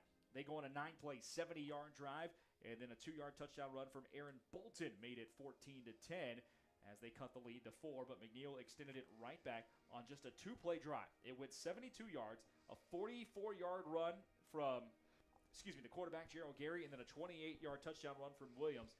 That made it 21-10. Stony Point, a short answer of their own. 3 plays, 75 yards, 61-yard touchdown pass from the backup quarterback, Mason Troyer, to the receiver that's Tristan Rhymes, to make it 21-17 late in the first half. But McNeil got the ball and goes right back down the field. And it was a 10-play, 75-yard drive, 2:54 off the clock. They scored with about 15 seconds to go in the first half. And it was Gerald Gary from 3 yards out this time to make it 28-17. And that's where we stand after the opening 24 minutes of play. Ike, your thoughts? Well, it was a pretty clean first half. Not a ton of flags. There weren't any turnovers, but this game caught fire late in the second half when we had the back-and-forth touchdowns and under a minute, scoring with scoring on 2 plays in a drive. And, both these offenses have got it done slightly differently. With McNeil, it's been Jarrell Gary and Joshua Williams. It's been them power run, and that's resulted in some big plays. But for Stony Point, Kenneth Calbus, he's had some success scrambling, but his big plays have came from airing it out and going over the top of this McNeil defense. So 28-17 right now. Stony Point gets the ball out of the half. Like, they're fine. There's a lot of football left to be played, but whoever turns the ball over late, I think is going to lose this game. I'll be interested for Stony Point who they start at quarterback in the second half. Calbus got most of the snaps in the first half, but the offense and the touchdown came from Mason Troyer. Right. So I'll be very curious to see how they attack this second half from that point of view. Scores from around the area. We'll start last night. We're right here on the iHSFAN Network. Westwood beat Manor by a score of 28-16. Dripping Springs shut out Austin Aikens 63-0. Travis over Eastside 55-8. Liberty Hill shut out Navarro 64-0. Connolly 63, Crockett 7 last night. And then games in the area tonight. Cedar Park leads Killeen Chaparral 17-6. That is going to the break. They are 4 minutes from halftime in Pflugerville, where Weiss is all over Hendrickson 35-13. Florence 21, Heiko nothing. That's in the second. Thrall leads Johnson City 17-7 at the break. Also at halftime on the iHSFAN Network. Round Rock on top of Cedar Ridge 14-7. That's a game you can see here on the network tonight. Glenn leads Eastview 25-20 at Birkelbach Field in Georgetown. They're about to go to the halftime locker room. Granger 28, Bartlett 7. They're at the break. Also at the half, Rouse 14, Belton 13. Leander trails Georgetown at the break 14-7. Hempstead getting thumped by Thorndale 42-0. That game just went to halftime. Halftime here in Districts 25 and 6A, Vandergrift 31, Vista Ridge 7. Santa Marcos tied up with Buda Johnson. That game starting the second quarter. Lake Travis 21, Bowie nothing, also midway through the second. Burnett 10, Gatesville nothing, halfway through the second there. Austin High leads Del Valle 9-0. That game midway through the second quarter. College Station A&M 14, Anderson 7. They're starting the second quarter. Pflugerville 14, Elgin 14. That's in the beginning of the second. Halfway through the second, Bastrop 14, McCallum nothing. Second quarter, Salado leads Lago Vista 7-6. Also second quarter, La Vernia 14, Marble Falls nothing. Taylor and Manor New Tech, no update there. And then Austin Northeast 36, Austin Achieve nothing there in the first quarter. In college football, a few updates tonight from action going on for some Friday night games there, and a couple of pretty decent Friday night games on the slate tonight. Let's see here. Got my app running a little slow. Sorry about this, folks. We'll get you scores here. Okay. Virginia Tech goes down to Miami right now. They're late in the second quarter, and the Hokies lead it 24-14. They just banged in a long field goal right before the break. So the Hokies, big 17.5-point underdogs tonight. They've got a 10-point lead going to halftime. And then in a defensive slugfest up in Piscataway, New Jersey, the State University of New Jersey, Rutgers leads Washington 7-3. Washington going cross-country for their second ever Big Ten game after beating Northwestern in their Big Ten opener last week. Of course, a lot of big games tomorrow around college football, including Texas, the local team, getting their first taste of SEC action. Probably don't have too much to worry about with Mississippi State coming to town. I don't know who Texas A&M. Oh, A&M's up at they're up in Arlington tomorrow, taking on Arkansas. And the big game of the weekend, of course, will be Alabama against the Georgia Bulldogs in Tuscaloosa tomorrow night. Here at the Kelly Reeves Athletic Complex, it's 28-14 in favor of the McNeil Mavericks as they lead the Stony Point Tigers. Stony Point gets the football coming out of the locker room for the second half. Stick with us. We're going to step aside. We're about 15 minutes away from the start of half number 2. We'll take a break. Back in just a little bit. This is Round Rock ISD Football presented by Covert Ford on the iHSFAN Network.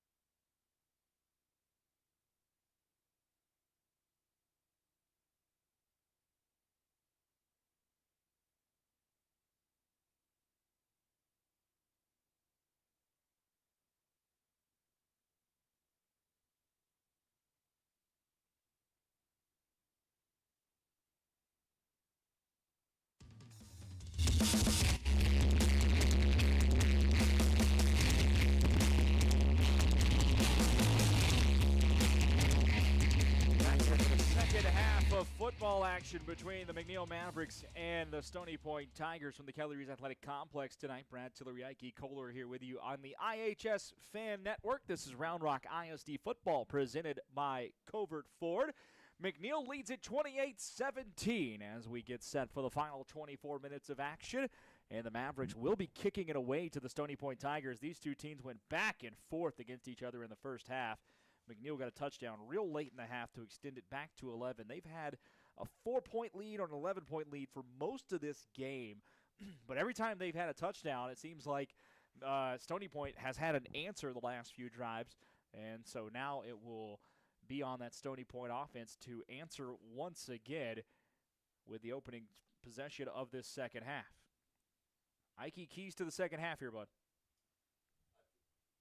I think ball security, first off, if a team that turns it over, they're going to be in a big disadvantage. But I think as far as success for Stony Point offensively, I think it starts with getting points on this drive. And, you know, if they don't score here, they're putting themselves in a hole with the McNeil offense that's been rolling like the whole game. So kickoff goes out through the end zone for a touchback, so Stony Point will take over at the 25 to start this third quarter of play. By the way, it looks like Mason Troyer will be the quarterback the rest of the way for Stony Point. Kenneth Kalbus got word up here at halftime that his helmet looked like it was taken away from him in the first half due to an injury, so it will be Troyer at quarterback now for Stony Point the rest of the ballgame. He does have a touchdown pass tonight. He's got Andrew Hill in the backfield with him. And they'll hand it off to Hill to start the half. Up the middle he goes, and he's taken down for a short gain of 2. he got walloped by Michael Jones. That was a hard hit coming off the edge. Second down and 8.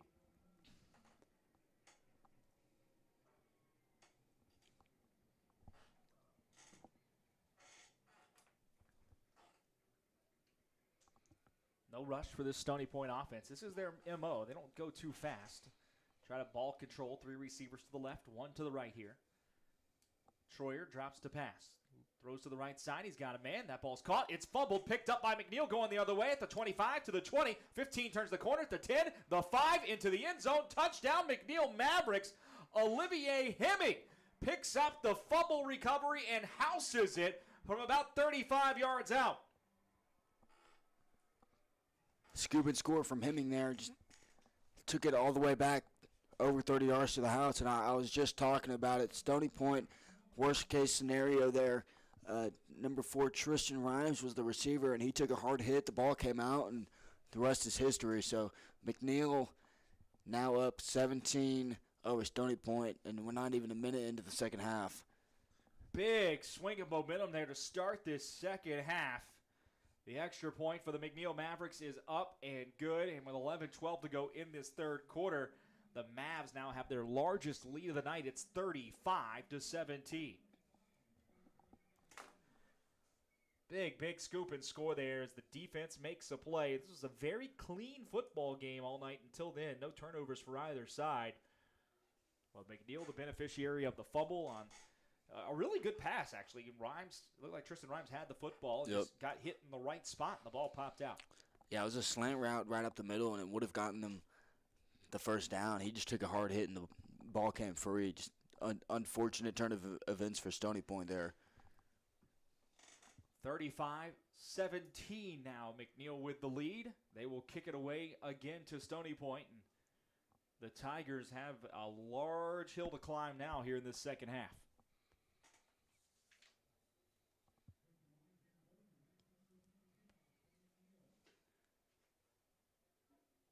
It'll be number 80 to kick it away for McNeil. I would give you a name, but unfortunately there is no number 80 on the roster, so kind of guessing at that one. The boot to it, high, end over end, and long, and it's well through the end zone for a touchback.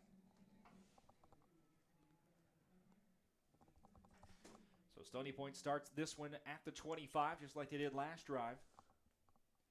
2 plays, and on the second play was a fumble return for McNeil.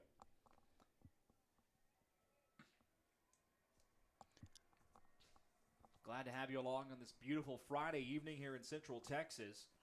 Crazy to think, Ike, after this win, these two teams are halfway through the high school football season before the end of September. Yeah, I mean, it's flying by for everybody. 1st and 10, and timeout will be called here by the Stony Point Tiger, by the McNeil Mavericks before a snap can even be had. That gives us a chance to tell you about our friends at AutoNation Chevrolet, who proudly support the Round Rock ISD football programs. If you're looking for a big win, shop their unbeatable selection of new Silverados, Colorados, Equinoxes, Trax, and more. Plus, score cash for your car by selling it to the team at AutoNation Chevrolet today. Get your quick online appraisal now at AutoNationChevroletWestAustin.com. That's AutoNationChevroletWestAustin.com. Then you get paid the exact same day. It's that easy, everybody. Visit AutoNation Chevrolet at 183 and Duval today. Together, let's drive. Thank all of our generous sponsors, including AutoNation Chevrolet. And y'all be sure to like and subscribe to the iHSFAN network on YouTube, delivering free Round Rock ISD football to y'all. So,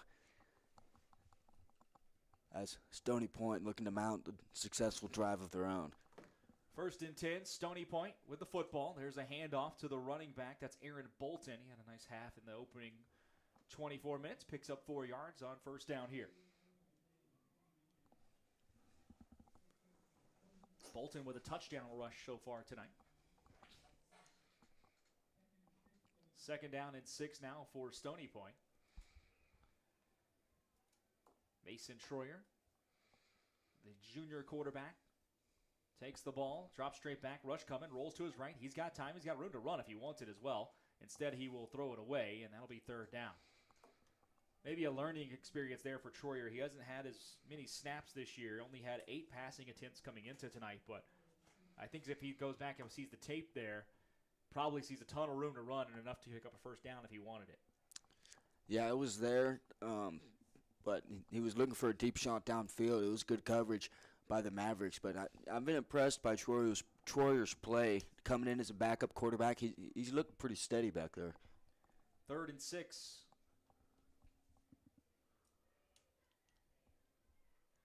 Troyer trots back again. Plenty of time to throw over the middle. He's got a man. That's complete. 1st down and more to the 40, out to the 43-yard line. The Stony Point Tigers will move the chains. Let's see who came up with that. It looks like the running back, number 8, Aaron Bolton, able to make the catch and run out of the backfield. Out to the 43-yard line. That's a 14-yard gain there. 1st and 10 for Stony Point. 35-17, McNeil with the lead here. Just underway in the 3rd quarter. McNeil had a 28-17 lead at the half if you're just joining us, but a fumble return for a touchdown flipped this game on its head here on the 2nd play of the half. And a flag comes down late. Should be either motion or a delay of game. It's going to be motion against the Stony Point Tigers. Not too many penalties tonight. But that one goes against Stony Point. They've had a couple of defensive penalties early in the game that really set up a McNeil touchdown. Remember a couple of face masks that made a big difference and a pass interference all on the same drive. But offensively, I think that's their first one tonight. Troyer to pass. Looks to throw. Does so. Over the middle, he's got a man that's caught in McNeil territory at the 49. He was able to find Tristan Rhymes, actually to the 48. It'll be 2nd and 1. That was a good ball to Rhymes, but running a wheel route out of the backfield was Diego Gutierrez. No, the running back. He was wide open downfield. And Aaron Bolton, yes, thank you. But yeah, he was wide open down the field, but still positive passing play, getting rid of the ball, but he had a man open deep. 2nd and 1. Ball at the McNeil 49-yard line. Man goes into motion. Handoff to Bolton up the middle. Cuts back. He's got a 1st down and a little more. Finally wrestled down at the McNeil 44 for a gain of 5. Looked like for the Mavericks, number 32, and on the tackle, Michael Jones, along with a host of others. So Stony Point's just moseying their way across midfield. Still Still not in a huge hurry. I mean, if they get a touchdown here, there's plenty of time left. But we'll see when they start picking up the urgency on offense. 1st and 10, Stony Point. Ball right between the hash marks at the 44 of the Mavericks. Troyer to pass, rolls left, still rolling. Now we'll throw last minute. That ball's caught at the 38. Nice little short gain. Actually picks up about 6 on the play. Andrew Gomez with the reception. Nice job there just to keep the play alive and positive yards on 1st down. 2nd and 4, staying in front of the chains.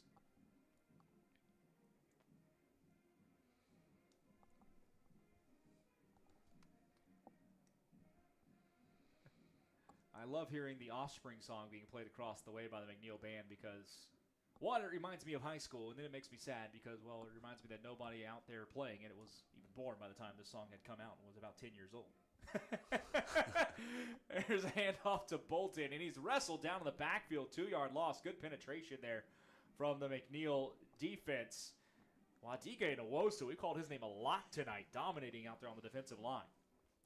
Yeah, he's a senior, and we've seen him play a lot of games over the past couple years, but he's had a good game. He's had a really good game up front for them.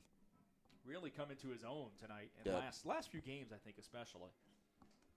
Kind of overshadowed by Holland last year a little bit, but Nwosu is really leading that defensive line effort along with Rodrigo Rivero down there. There's a fake handoff, a roll to the right, and a throw that will be complete outstretched catch on the outstretched arms, rather, for Andrew Gomez. Mason Troyer with the completion, and that's a 1st down. Stony Point Tigers get down to the 32-yard line. Gain of 9 on the play. Gomez went full extension to catch that ball, and how about Troyer rolling out to his right and putting that ball only where his receiver could catch it? He's missed a couple reads, but he's made some very good throws. 1st and 10 here from the McNeil Mavericks 33-yard line. Stony Point driving once again. Really, outside of the fumble, the offense has looked good tonight for Stony Point. Troyer to throw. Flushed out of the pocket left. Looks to get rid of it. He's got a man. That's open once again. And down to the 21 goes Andrew Gomez. Being a really nice job by Gomez. Just being a safety valve and finding open space when Troyer's been scrambling here the last few plays. And that'll be enough for another 1st down to the 21. Yeah, the receivers are doing a nice job of helping Troyer out. When that pressure ramps up from Nwosu and the rest of the defensive line, Troyer scrambles, and the receivers, they run towards him and get some yards. 1st and 10. Ball on the left hash mark for Stony Point at the 21-yard line. Knocking on the door of the red zone here. Troyer to throw again. Drops straight back. Rush coming. Throws over the middle. That ball is complete with room to run at the 15 to the 10. Tripped up inside the 10. 1st down for Stony Point. It's Landon Schluter that time. McNeil kind of brought the house. And Stony Point had Schluter just slip out behind that rush where the line. It took the space where the linebackers came from. Here comes Stony Point. It's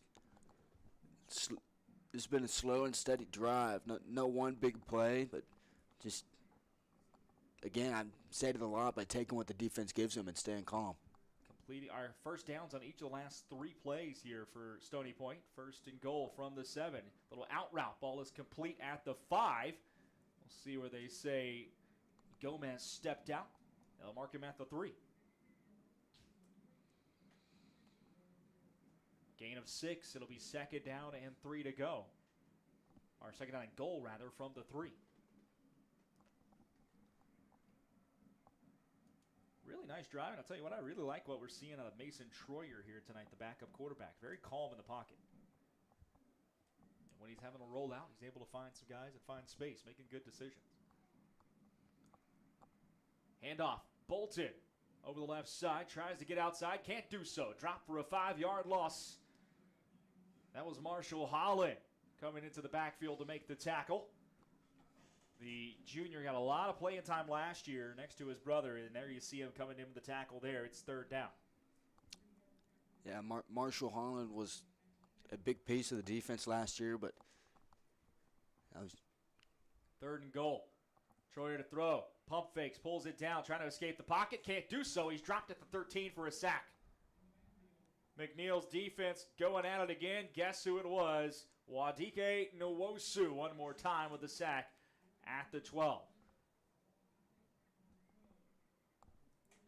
Nwosu making an impact here late, but number 23, Jay, if you're on Vic, the linebacker, he came off the edge unblocked. And Troy was going to get rid of it, but couldn't because Vic was right in his face, and that kind of sealed the deal. Decision time for Stony Point.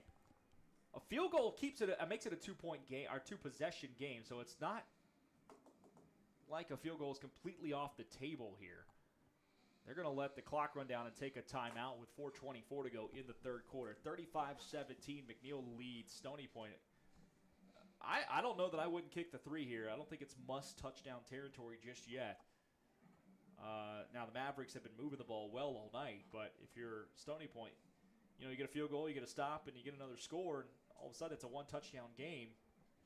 Plenty of time to go. I think that's how you have to think about this. You need down 18. You need 3 scores no matter what. I agree, and Stony Point's already dug themselves a pretty big hole to get out of, and to get out of it, they're going to have to get a stop no matter what. So I think you have to take the 3 to just give your defense a chance to make something happen. That's what they're going to do, a field goal attempt from 29 yards. It will be Noah Lopez, the kicker.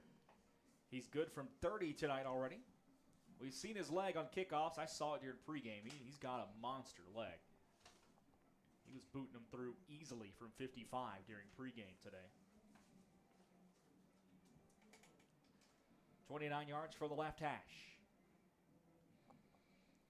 See if they get a better snap this time. Last time, Troy had to pull it down. This one's high, away. It's a low line drive. The snap kind of threw the timing off, and it's no good. It was pulled left.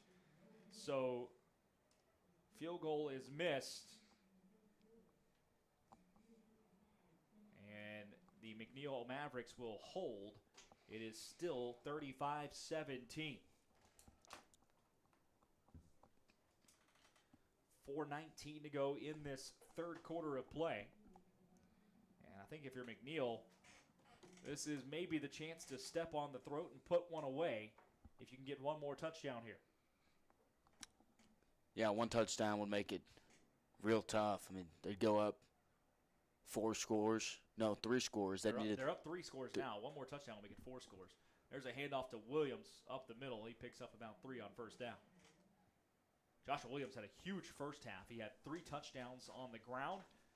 We don't have official stats for rushing or anything, but Ike and I both think he's probably over 150 by now. Sounds about right. Yeah, I think he's around that number. Yeah. Especially with a couple of the big ones he broke off. 2nd and 6. They're going to keep it to Gary this time. Quarterback over the left side, lowers his shoulder, pushes forward. He's right to the line to gain, and that will be enough for a first down at the 30. Yeah, if McNeil can take a bunch of time on this drive, and especially with Stony Point only having two timeouts, it'd be tough for them to come back, though. I mean, we've seen crazy things happen. 1st and 10, ball at the 30-yard line. The Mavericks hand it off. Joshua Williams this time, still on his feet across the 35, out to the 38-yard line. It's an 8-yard gain. Just hard running from both he and Gary tonight. When you don't really know who's going to get the ball down to down, that makes it that much harder. And this offensive line, credit to them, they're getting a great push. Another handoff to Williams. This time bottled up in the backfield. Nowhere to go. Trying to push forward to gain some of it back. And they're going to say maybe loses a yard or gets back to the line of scrimmage. Did see who made that initial hit there for Stony Point. But the defensive line doing a really good job of getting into the backfield. 3rd and 2. Gary keeps it going himself, left, cuts it up the field, lowers that shoulder, and picks up 3 when he needed just 2. First down, and the Maverick drive will continue. Gary knew exactly what he needed to get there. He just cut up field and leaned over that down marker. Now, Gary's only thrown the ball 6 times tonight. Otherwise, this Maverick offense just kept it on the ground. Why not? There's Williams again. Over right guard. Gets to the 47-yard line for a 6-yard gain. The way Jarrell Gary's running the ball, he's like in this game he's Tim Tebow. That's how they were playing it. Between he and Williams back there, it's a heck of a run game to watch. Straight handoff to Williams again. And he will find himself into Stony Point territory, about a step or two away from breaking another one. He does get to the 45 of the Tigers, and that's another first down.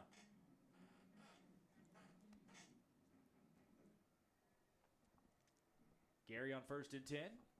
The sweep play, keeper to the left side, and he'll pick up 5 yards. You might be a little too young to remember this, but that's what they call the old student body left play. Just move everybody left and let the quarterback run with it. Yeah, I've heard you saying the student body left. I've never really heard the student put in there. That's an old USC play from way back in the day. Okay. How far back are we talking? I think it went back to the 60s, if I'm not mistaken. There's a handoff to Williams inside the 35 down to the 33 for a first down. Might even gone further back than that, if I'm not mistaken. I'll have to go look it up now in between breaks. Minute 10 to go here in the third quarter. Williams takes another handoff, makes the first man miss in the backfield. Still on his feet, the 25-20, off to the races, 15, 10, 5. Breaks a tackle, and he's down to the 1-yard line. Taken down just shy of the goal line. Did he step out before the 1? Let's see where they mark him officially. He's inside the 5. They're going to put him at the 2. It's a 31-yard gain, though, and a first down. So Stony Point had a lineman who didn't get off the field in time. That's what the flag was for, but Joshua Williams with that run just negates the flag. They'll deny the penalty. First and goal, the Mavericks knocking on the door again. A chance to maybe salt this away here at the end of the third quarter. Gary goes under center. He fumbles the snap, able to pick it up off the ground, and he falls forward into the end zone. Looks like he's in. No signal just yet. Touchdown, McNeil Mavericks. Gerald Gary with his second rushing touchdown of the game. And the Mavs have blown this one open now. It's 41-17 with 45 seconds to go in the third quarter. McNeil had all the momentum after they forced the fumble or the scoop and score, and that was a pretty solid drive from McNeil. Jarrell Gary, the steady hand running the ball, and then Joshua Williams had that big run, but maybe a more accurate comparison for Gary running the ball to that modern NFL quarterback would be Jalen Hurts.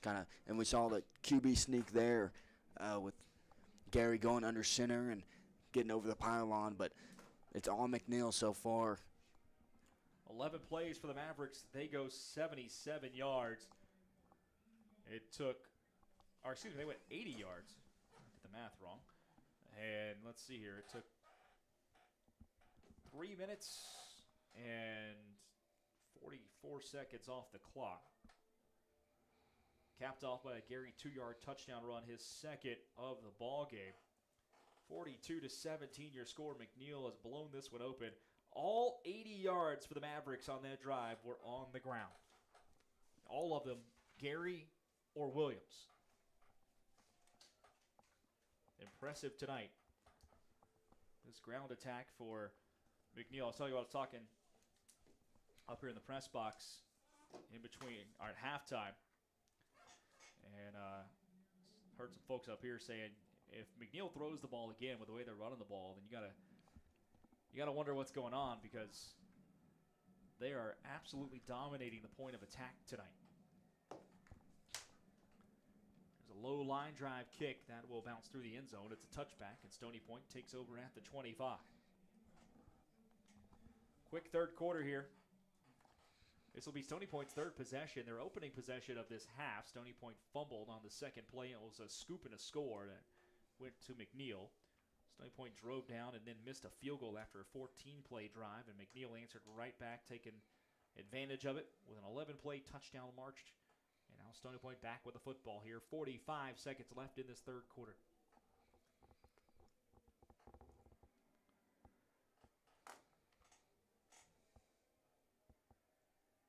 Ike and I are back at it again next week. I have to look at the schedule. I forgot exactly who's playing, but I think it's a pretty big game, if I'm not mistaken there, bud. Man goes into motion. Rolling out to the left, now swinging it to the left. It is caught, but a host of McNeil Mavericks there to make the tackle. Zarian Hall, the man that on the scene. It was a catch for Landon Schluter. It'll be second down after about a 3-yard loss. Schluter took a big hit there. That pass was covered well, really had nowhere to go. But in a game that's pretty much out of hand as far as the scoreboard goes, this is a great opportunity for Troyer to get some real game reps and in-game experience and see what he can do. 9 seconds left in this third quarter. Looks like Stony Point will be content to let it roll down and switch into the field. We are through 3 quarters of play here at the Kelly Reeves Athletic Complex. Stony Point trails McNeil as the Mavericks are all over them tonight, 42-17. Back in just a minute with the fourth and final stanza. This is Round Rock ISD football, presented by Covert Ford on the iHSFAN network. In the heart of Austin, there's a name that reigns supreme, Covert Ford. For over 114 years, Covert Ford has been driven by the community, offering unbeatable service and a wide selection of vehicles. From the rugged F-150 to the iconic Expedition, Covert Ford has the perfect ride for every journey life offers. Visit Covert Ford Austin, where community drives us. CovertFord.com off Research Boulevard. Join the Covert family today.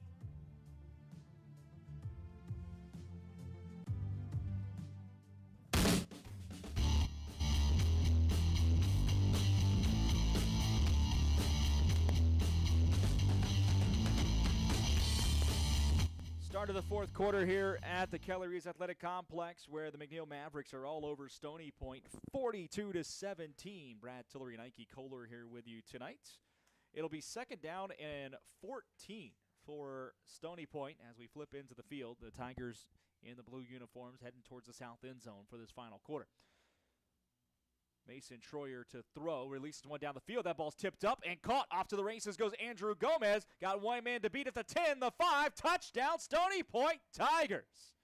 Andrew Gomez takes it off his fingertips, able to corral it down the middle, and 79 yards later finds pay dirt.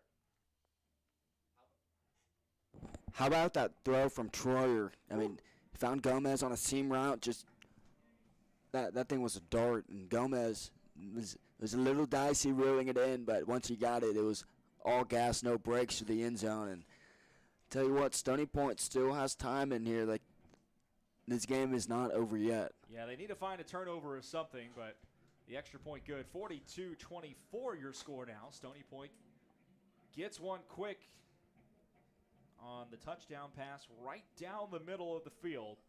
79 yards for the score. Troyer to Gomez. Just a 2-play drive. 75 yards on the drive officially. And it took 48 seconds. Or excuse me, let's try this again. 45, 55, 57 seconds off the clock officially.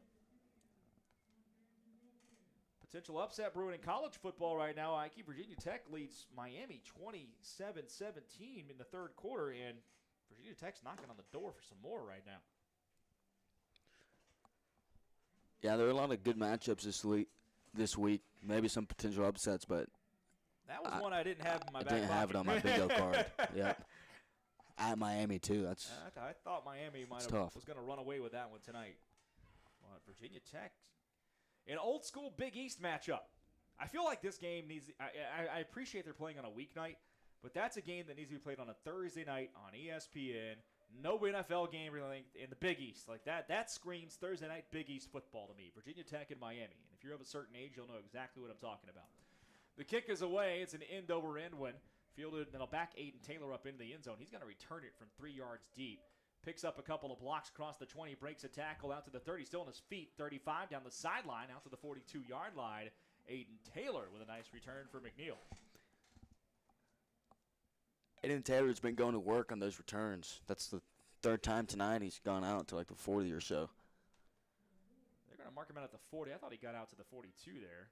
Let's see here. They're going to officially say the 40-yard line is where they will start the drive. 11:38 to go in the contest. McNeil 42, Stony Point 24.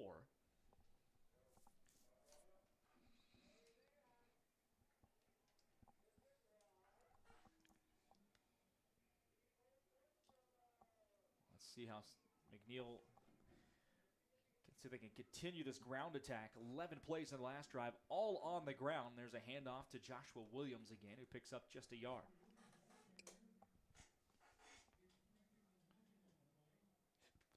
Actually, no gain on the play officially. They mark him at the 40. See if McNeil slows down a little bit here, too. They like to go pretty quick, but they decide to slow this game down a bit, leading 18. Gary hands it off, fakes it. He's going to throw down the middle. In the one-on-one coverage to Zach Christie. Tries to go up for it and pull it down. Can't make the catch, but it's going to be a pass interference. Christie was draped over there by the defensive back. I think it's Brock Sumter.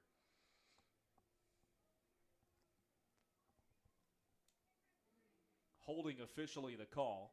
It'll be first down for the McNeil Mavericks. First time we called Christie's name tonight, too. He's usually a much bigger player in this offense, but with the ground game working like it is, McNeil has not been throwing the ball. Yeah, it's just kind of how things have shook out this game for Christie, but he had his man beat on that play and was unable to come up with it, but they got the penalty, so first down. First and 10 from midfield. Gary hands that off to Williams up the middle. Pushing the pile forward, and he gets about 6 yards on first down.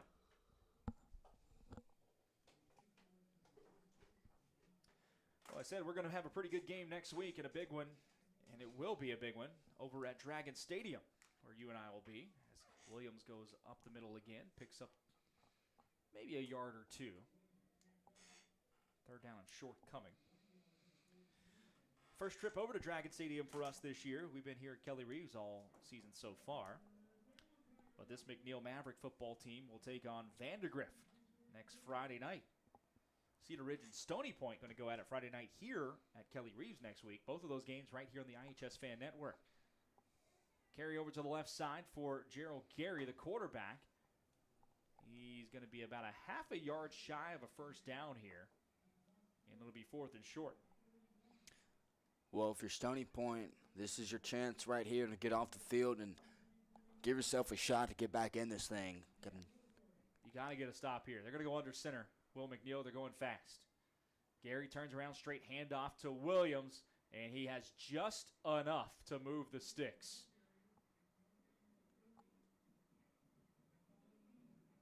Brought down right at the 40-yard line, first down. Stony Point, they almost pulled it off, but, I mean, Williams, it's a tall task to hold him to 0 yards. Well, especially when he gets that head of steam going out of single back formation, and McNeil will go under center. We're down to 9:30 left in the ball game. Hand off to Gary. Cuts it back up the middle, picks up 3 more. And McNeil just content to grind this thing out on the ground right now. Let the clock roll and just kind of looking at Stony Point and saying, here it comes, try to stop it.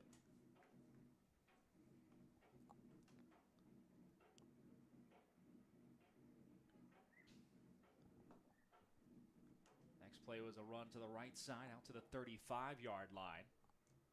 Sorry, I was looking down for a second. Missed it. It was Gary on the carry. Be third down and 5. And it's late in the game. They've got a considerable lead, but I like how Joshua Williams is still going and being the lead blocker for his running back. Up 18, salting the game away. He's not taking the play off. Third down and 5. We'll see if McNeil decides to put this one in the air. They have single coverage on the near side with Christie if they want it. That's exactly where they're going to throw it. Deep pass towards the end zone. Christie in one-on-one coverage goes up for it. It's incomplete. Well defended on the near sideline. Let's see who that was. So I catch a number. I couldn't see it off the original play there. That was number 8. That was the running back, Aaron Bolton. With great defense down there. It's 4th down and 5 now from the 35. McNeil probably going to go for this. Kind of in that no man's land territory. Gary to throw. Drops back. Scrambling right. Now left. Trying to escape pressure. Still on his feet at the 45. Breaks another tackle but can't get out of it once more. At the 44 is where he'll officially be sacked. And the Stony Point defense able to get off the field, dropping Gary for a 9-yard loss. Good job by the defense. Relentless pursuit because Gary escaped about 3 or 4 tackles there before finally being brought down. That was a team effort by Stony Point. It was number 1, Caden Cook, I believe, the one who laid the final blow to get Gary down. And now their offense, they scored on 2 plays last drive, and now they're sitting pretty at the 45. They got a shot here. They got a shot, but they got to move quickly. 8 minutes to go in the ball game. Mason Troyer, the quarterback, sends a man in motion, drops back. They'll have a screen pass set up. It's complete. Bolton with the catch, shakes off the first tackle, but able to pick up just 5 yards there out to the 49. Bolton got rocked by Joshua Gaden as soon as he caught it. The biggest thing here for Stony Point, they got to pick up the pace a little bit between plays. Not a team that likes to maneuver fast, but going to make a comeback. You got to pick it up just a little bit. 7.5 to go. Troyer to throw again. With time. Down the right sideline. He's got a man open. That ball is caught at the 26-yard line. Andrew Gomez brings down another one. Big pass play there for 27 yards, and it's a first down. Troyer to Gomez has been a consistent thing here in the second half, but how about that throw? I mean, right where it needed to be. Good stuff from the quarterback. 1st and 10, officially at the 25 is where they marked Gomez out. Mason Troyer to throw again. Blitz coming. Has to escape to the left, and he can't do so. Dragged down by Marshall Holland for a sack. Holland just got a piece of the shoulder pad and wouldn't let it go, and it's an 11-yard or 10-yard loss. It's a big sack from Holland there. Kind of slows down the Stony Point offense that had been in a rhythm so far on the drive. 2nd and 20 now.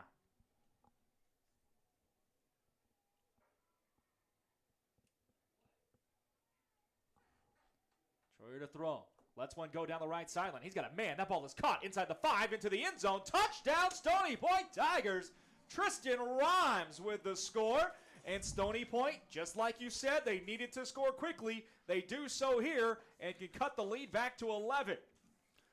Troyer's making some big-time throws, and Rhymes was in double coverage there near the pylon, and looks like they're going to go for 2 here, try and cut it to 10. That's Rhymes' 2nd touchdown of the night. Troyer's 3rd.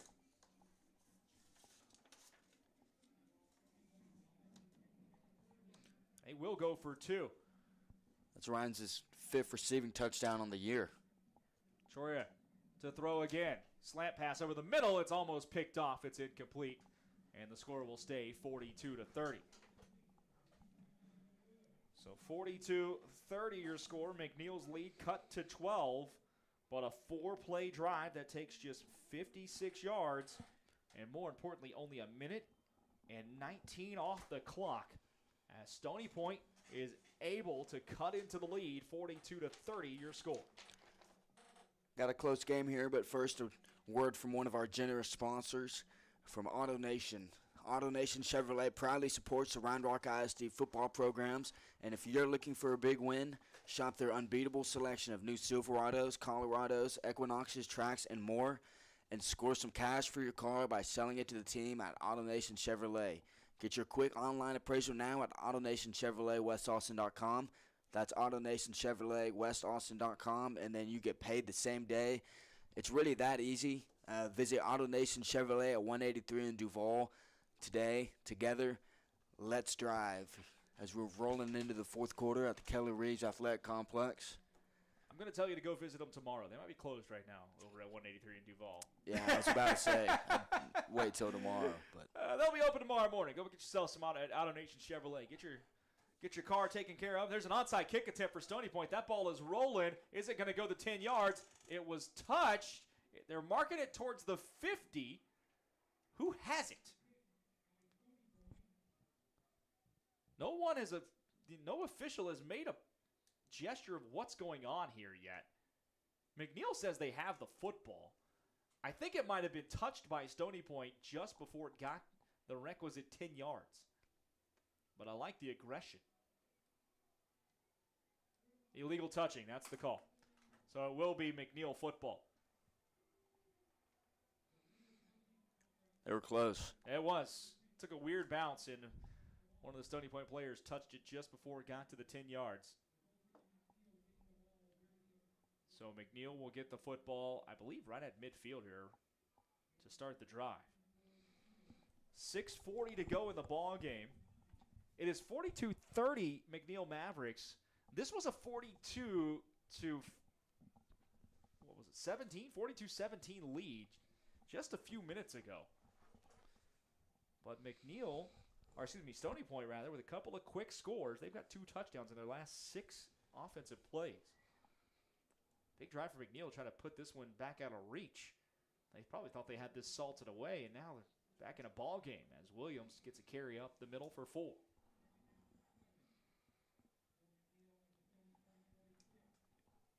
Second and 6 coming up.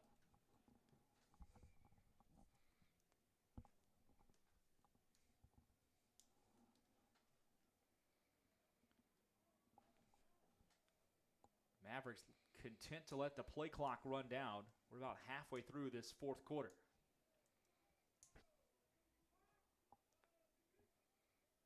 There's a handoff to Williams. Over the left side he goes, and he'll be close to a first down to the 41-yard line. He's about 2 yards shy. 3rd and about 1.5 yards or 2 to go. I think you got to sell out for the run here. You absolutely have to. I mean, if they beat you passing, so be it. Yeah. McNeil's thrown the ball twice this entire half, and I think just 8 times tonight.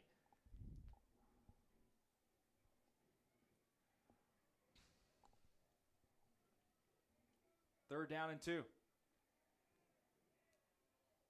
Handoff to Williams again. Right up the gut he goes. He's got a first down and a little more to the 38-yard line. A pickup of about 3. So the Mavericks move the sticks. And they can take about another 1.5 minutes to 2 minutes off the clock now. 5:15 to go in the contest.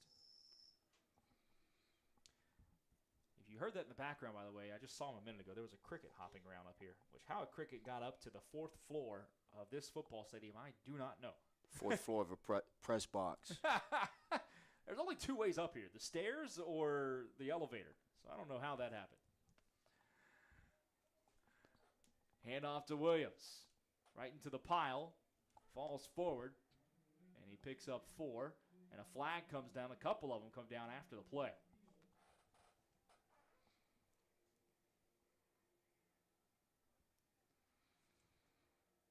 We wait for the call.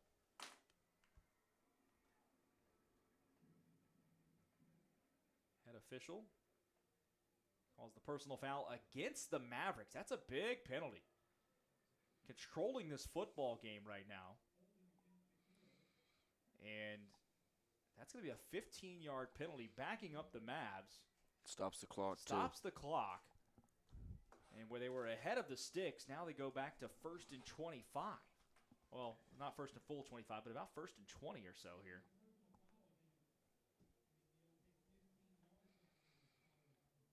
So that backs them up all the way to the 49-yard line. So it's 1st and 21 officially.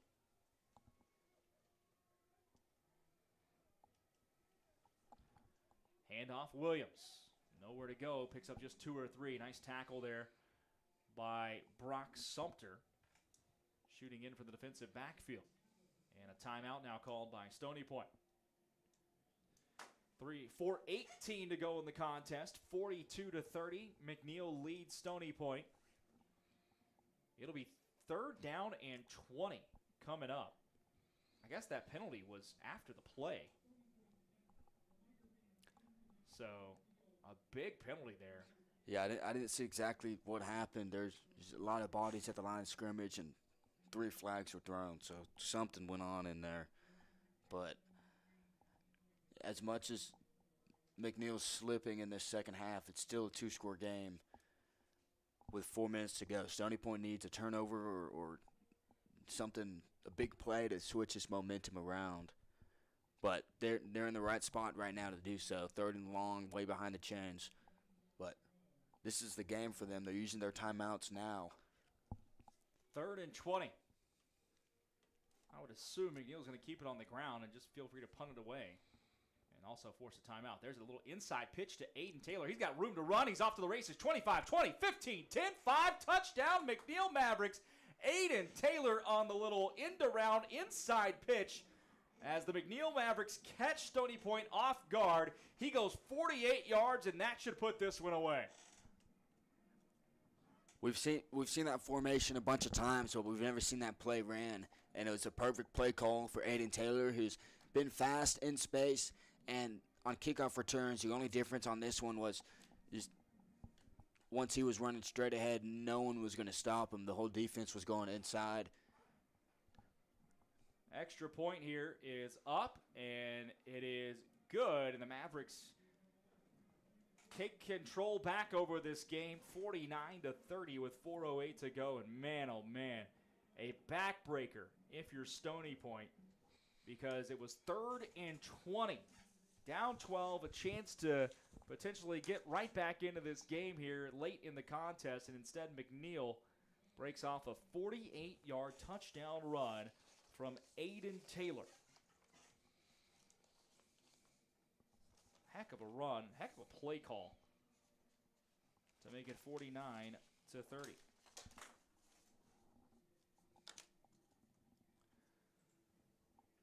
We'll check in as soon as the game is over. We'll do a quick little break and then come back and wrap it all up, tell you everything went down tonight. Check scores from around the area. Do one last little whip around there before we finish up for the weekend. A good weekend of high school football here at Kelly Reeves Athletic Complex. Westwood got a big victory last night to get back into the thick of things in district play. There's a kickoff that'll bounce at the 7. That's going to stay in bounds. Stony Point has to field it at the 10 to the 15, 20. Aaron Bolton all the way out to the 22. Ball took a weird hop on him over there. 4 minutes to go in the ball game.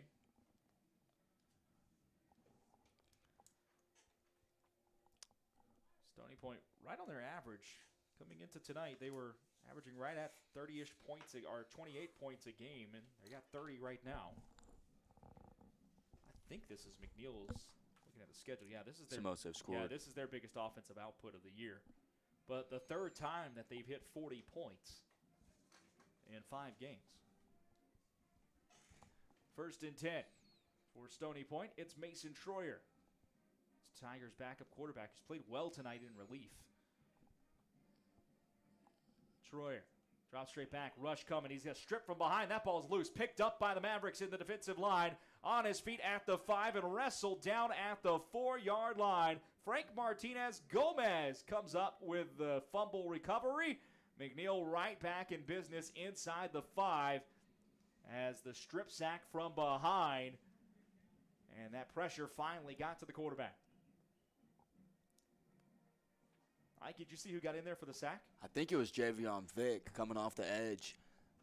I'm waiting for this replay, but I think it was Vick coming off that right edge, and he hit Troyer. I don't think you're going to get a replay here tonight, bud, unfortunately. But, yeah, it's who I thought it was, but I couldn't really tell. Either way, it is spotted at the 4 of Stony Point. Under center, Gary hands it to Williams. Tries to go right up the middle with it, and he picks up maybe a yard or two down to the 2-yard line. It's technically a McNeil home game tonight, so I don't know that we're going to get the replay there on the board like we sometimes do.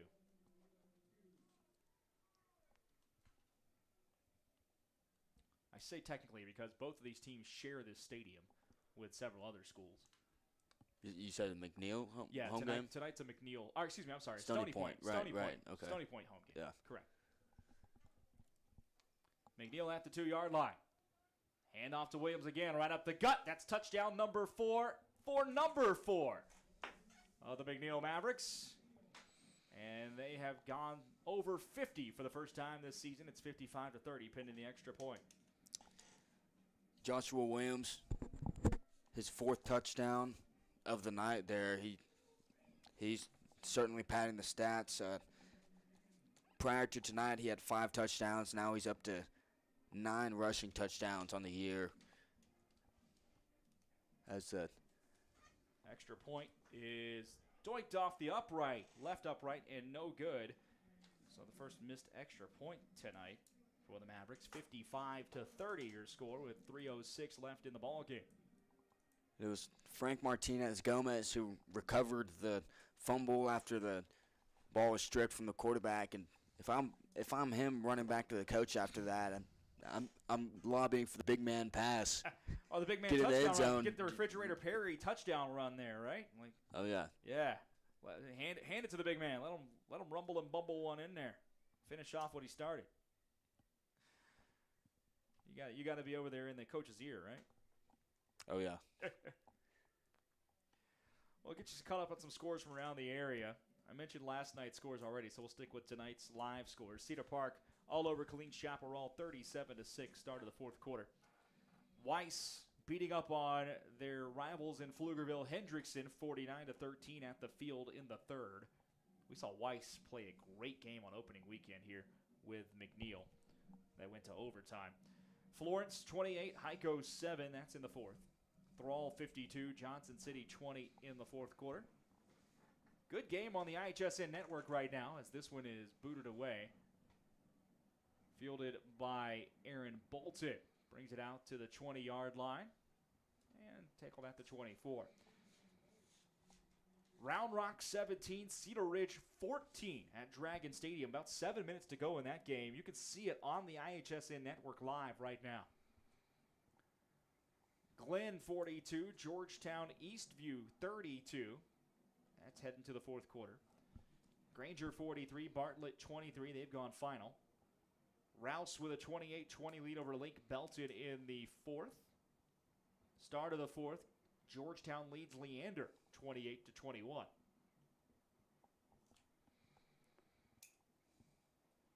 Mason Troyer leads his offense back out there, trailing by 25. Stony Point Tigers to throw. Troyer rolls out right, tries to escape the first tackler. He does. Now finds a man open. That is Andrew Gomez cutting back across the field with the football at the 45 to the 50. Gomez into McNeil territory and wrestled down, thrown out of bounds at the 41. And tell you what, this Stony Point team and fan base wants a flag after the play because he got shoved down well after the play, and Gomez is down on the sideline. You have to get him some help. Hopefully he'll be okay. He's far enough off the field of play where they can just keep the game going, but more concerned with the young man's health than anything. Thorndale leads Hempstead 49-7. Vandergrift all over Vista Ridge 38-7. That's about to go final. Johnson 35, San Marcos 13 in the 3rd quarter. Timeout called here by Stony Point there. Coaching staff still hot about that last play and not getting the penalty there. Lake Travis 34, Bowie 6. They're late in the 3rd. 4th quarter, Burnett 23, Gatesville 7. The Austin High Maroons pitching a shutout tonight over Del Valley down at House Park, 23-0. That game in the 3rd quarter. College Station A&M 28, Anderson 21 in the 3rd. They're just getting started after halftime there. Pflugerville and Elgin all tied up at 28 midway through the 3rd. Also midway through the 3rd, Bastrop 21, McCallum 17. Salado 24, Lago Vista 12. That game in the 3rd stanza. Early third quarter, Taylor all over Manor New Tech 44-7. And Austin Northeast leads Austin Achieve 49-0. In college football, a couple of games going on right now. They're in the fourth quarter, just getting underway in the fourth. Virginia Tech trying to pull an upset against number 7 Miami on the road. 27-24, the Hokies lead it. Hokie high, Polytech, VTI. There's a throw across the middle on the drag route. They find Joaquin Pena, and it's a gain of 4. And in the third quarter, 4:17 to go in the third in Piscataway, New Jersey. Rutgers leads Washington 14-10 in a slugfest. Kind of had a feeling that game might be a low-scoring ball game tonight. 2nd and 6 here. Looking to throw. Troyer finds his man in the flat. Another short gain of about 2 to Pena. It'll be 3rd down. Baby picks up a yard. 3rd and 6 on the way. 1:58 to go in the contest. The McNeil Mavericks on their way to their 2nd victory of the season. They'll move to 2-1 in district play as well. And for Stony Point, this is a really big loss tonight because falling to 0-3 makes it rough in district play to try to make a comeback on this back half of the season.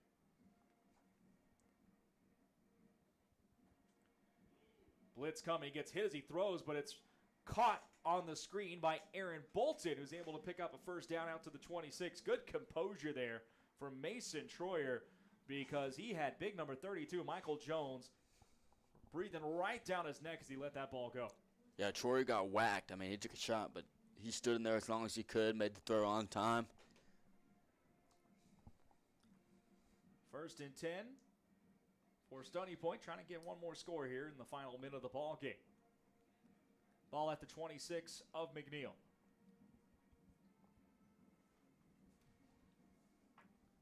Troyer to throw. Has time. Steps up. Escapes out to his right. Will let it go, and he's got a man. That's complete. Andrew Gomez once again just finding a soft spot in that zone and finding a 1st down. Good to see him back out there after taking that hard hit a few minutes ago as well. Yeah, that was a tough hit he took there near the sideline. So it'll be 1st and goal from the 10 for Stony Point with 40 seconds left on the clock.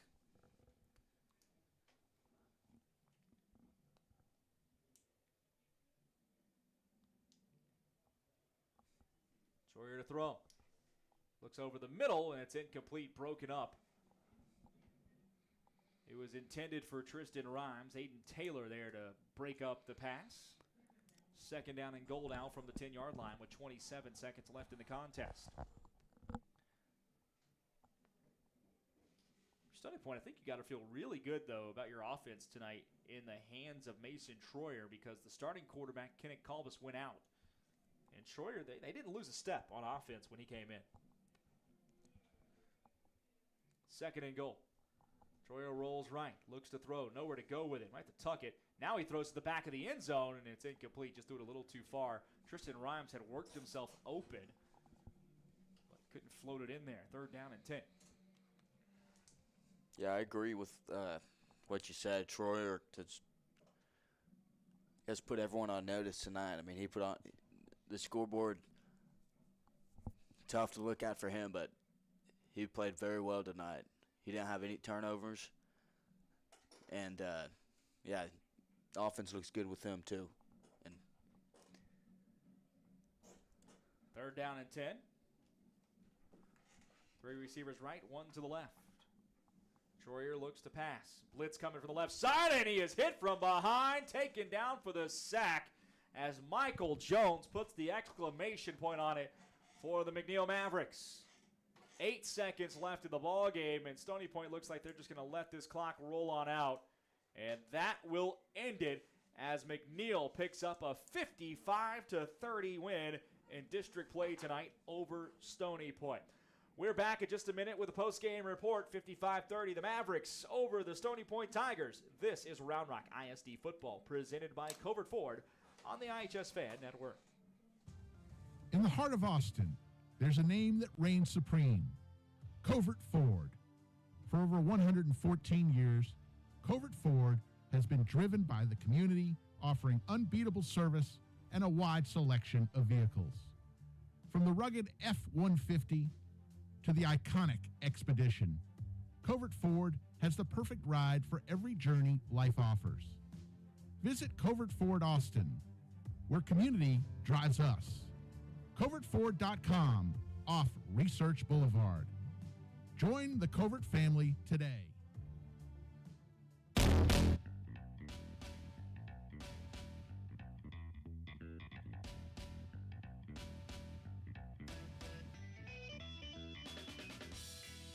Back here at the Kelly Reeves Athletic Complex in Round Rock, where the McNeil Mavericks have defeated the Stony Point Tigers by a score of 55-20. Brad Tillery and Ike Kohler here with you. Let's tell you how it all went down during this ball game. McNeil took the opening kickoff and went 3 and out, punted it away. Stony Point got the football, went a nice little drive, 10 plays, 44 yards, and Noah Lopez kicked a 30-yard field goal to make it 3-0. McNeil answered right back, though, and kind of never looked back after this next drive. A 12-play, 75-yard drive capped off by Joshua Williams, 3-yard touchdown run. It was his first of 4 tonight, finding pay dirt 7-3 in favor of the Mavs. Defense forces a punt, and the Mavs get the ball right back. They go right back down the field and score again. This time 6 plays, 93 yards. Williams with his second touchdown plunge. This one from 4 yards out to make it 14-3. Stony Point, though, had an answer. A 9-play drive, 70 yards, 3:24 off the clock, 2-yard touchdown run from Aaron Bolton that made it 14-10. The Mavericks, though, just needed 2 plays on their next drive to make it 21-10 and regain the lead by 11, as it was a 44-yard run from our quarterback, Gerald Gary, and then a 28-yard touchdown scamper from Williams for his 3rd touchdown of the game. 21-10 your score. Stony Point answered quickly themselves, though. 3 plays later, a touchdown pass, 61 yards from Mason Troyer to Tristan Rhymes, 61 yards out. 3 plays, 75 yards, 21-17. McNeil, though, able to get a touchdown right before the break as Gerald Gary found a 3-yard touchdown run, 28-17, your score at the half in favor of the Mavericks. The big play, though, came on the second play of the second half. Stony Point got the opening kickoff of the second half, and on the second play, it was a catch fumble picked up by Olivier Hemming, and he took it to the house for McNeil, 35-17, and McNeil really never looked back from there. Stony Point does go down on the next drive, a 14-play drive, get all the way down inside the 5, and then ultimately missed a field goal. McNeil took that football back over and goes an 11-play, 80-yard march. Gerald Gary with his second touchdown run of the game to make it 42-17.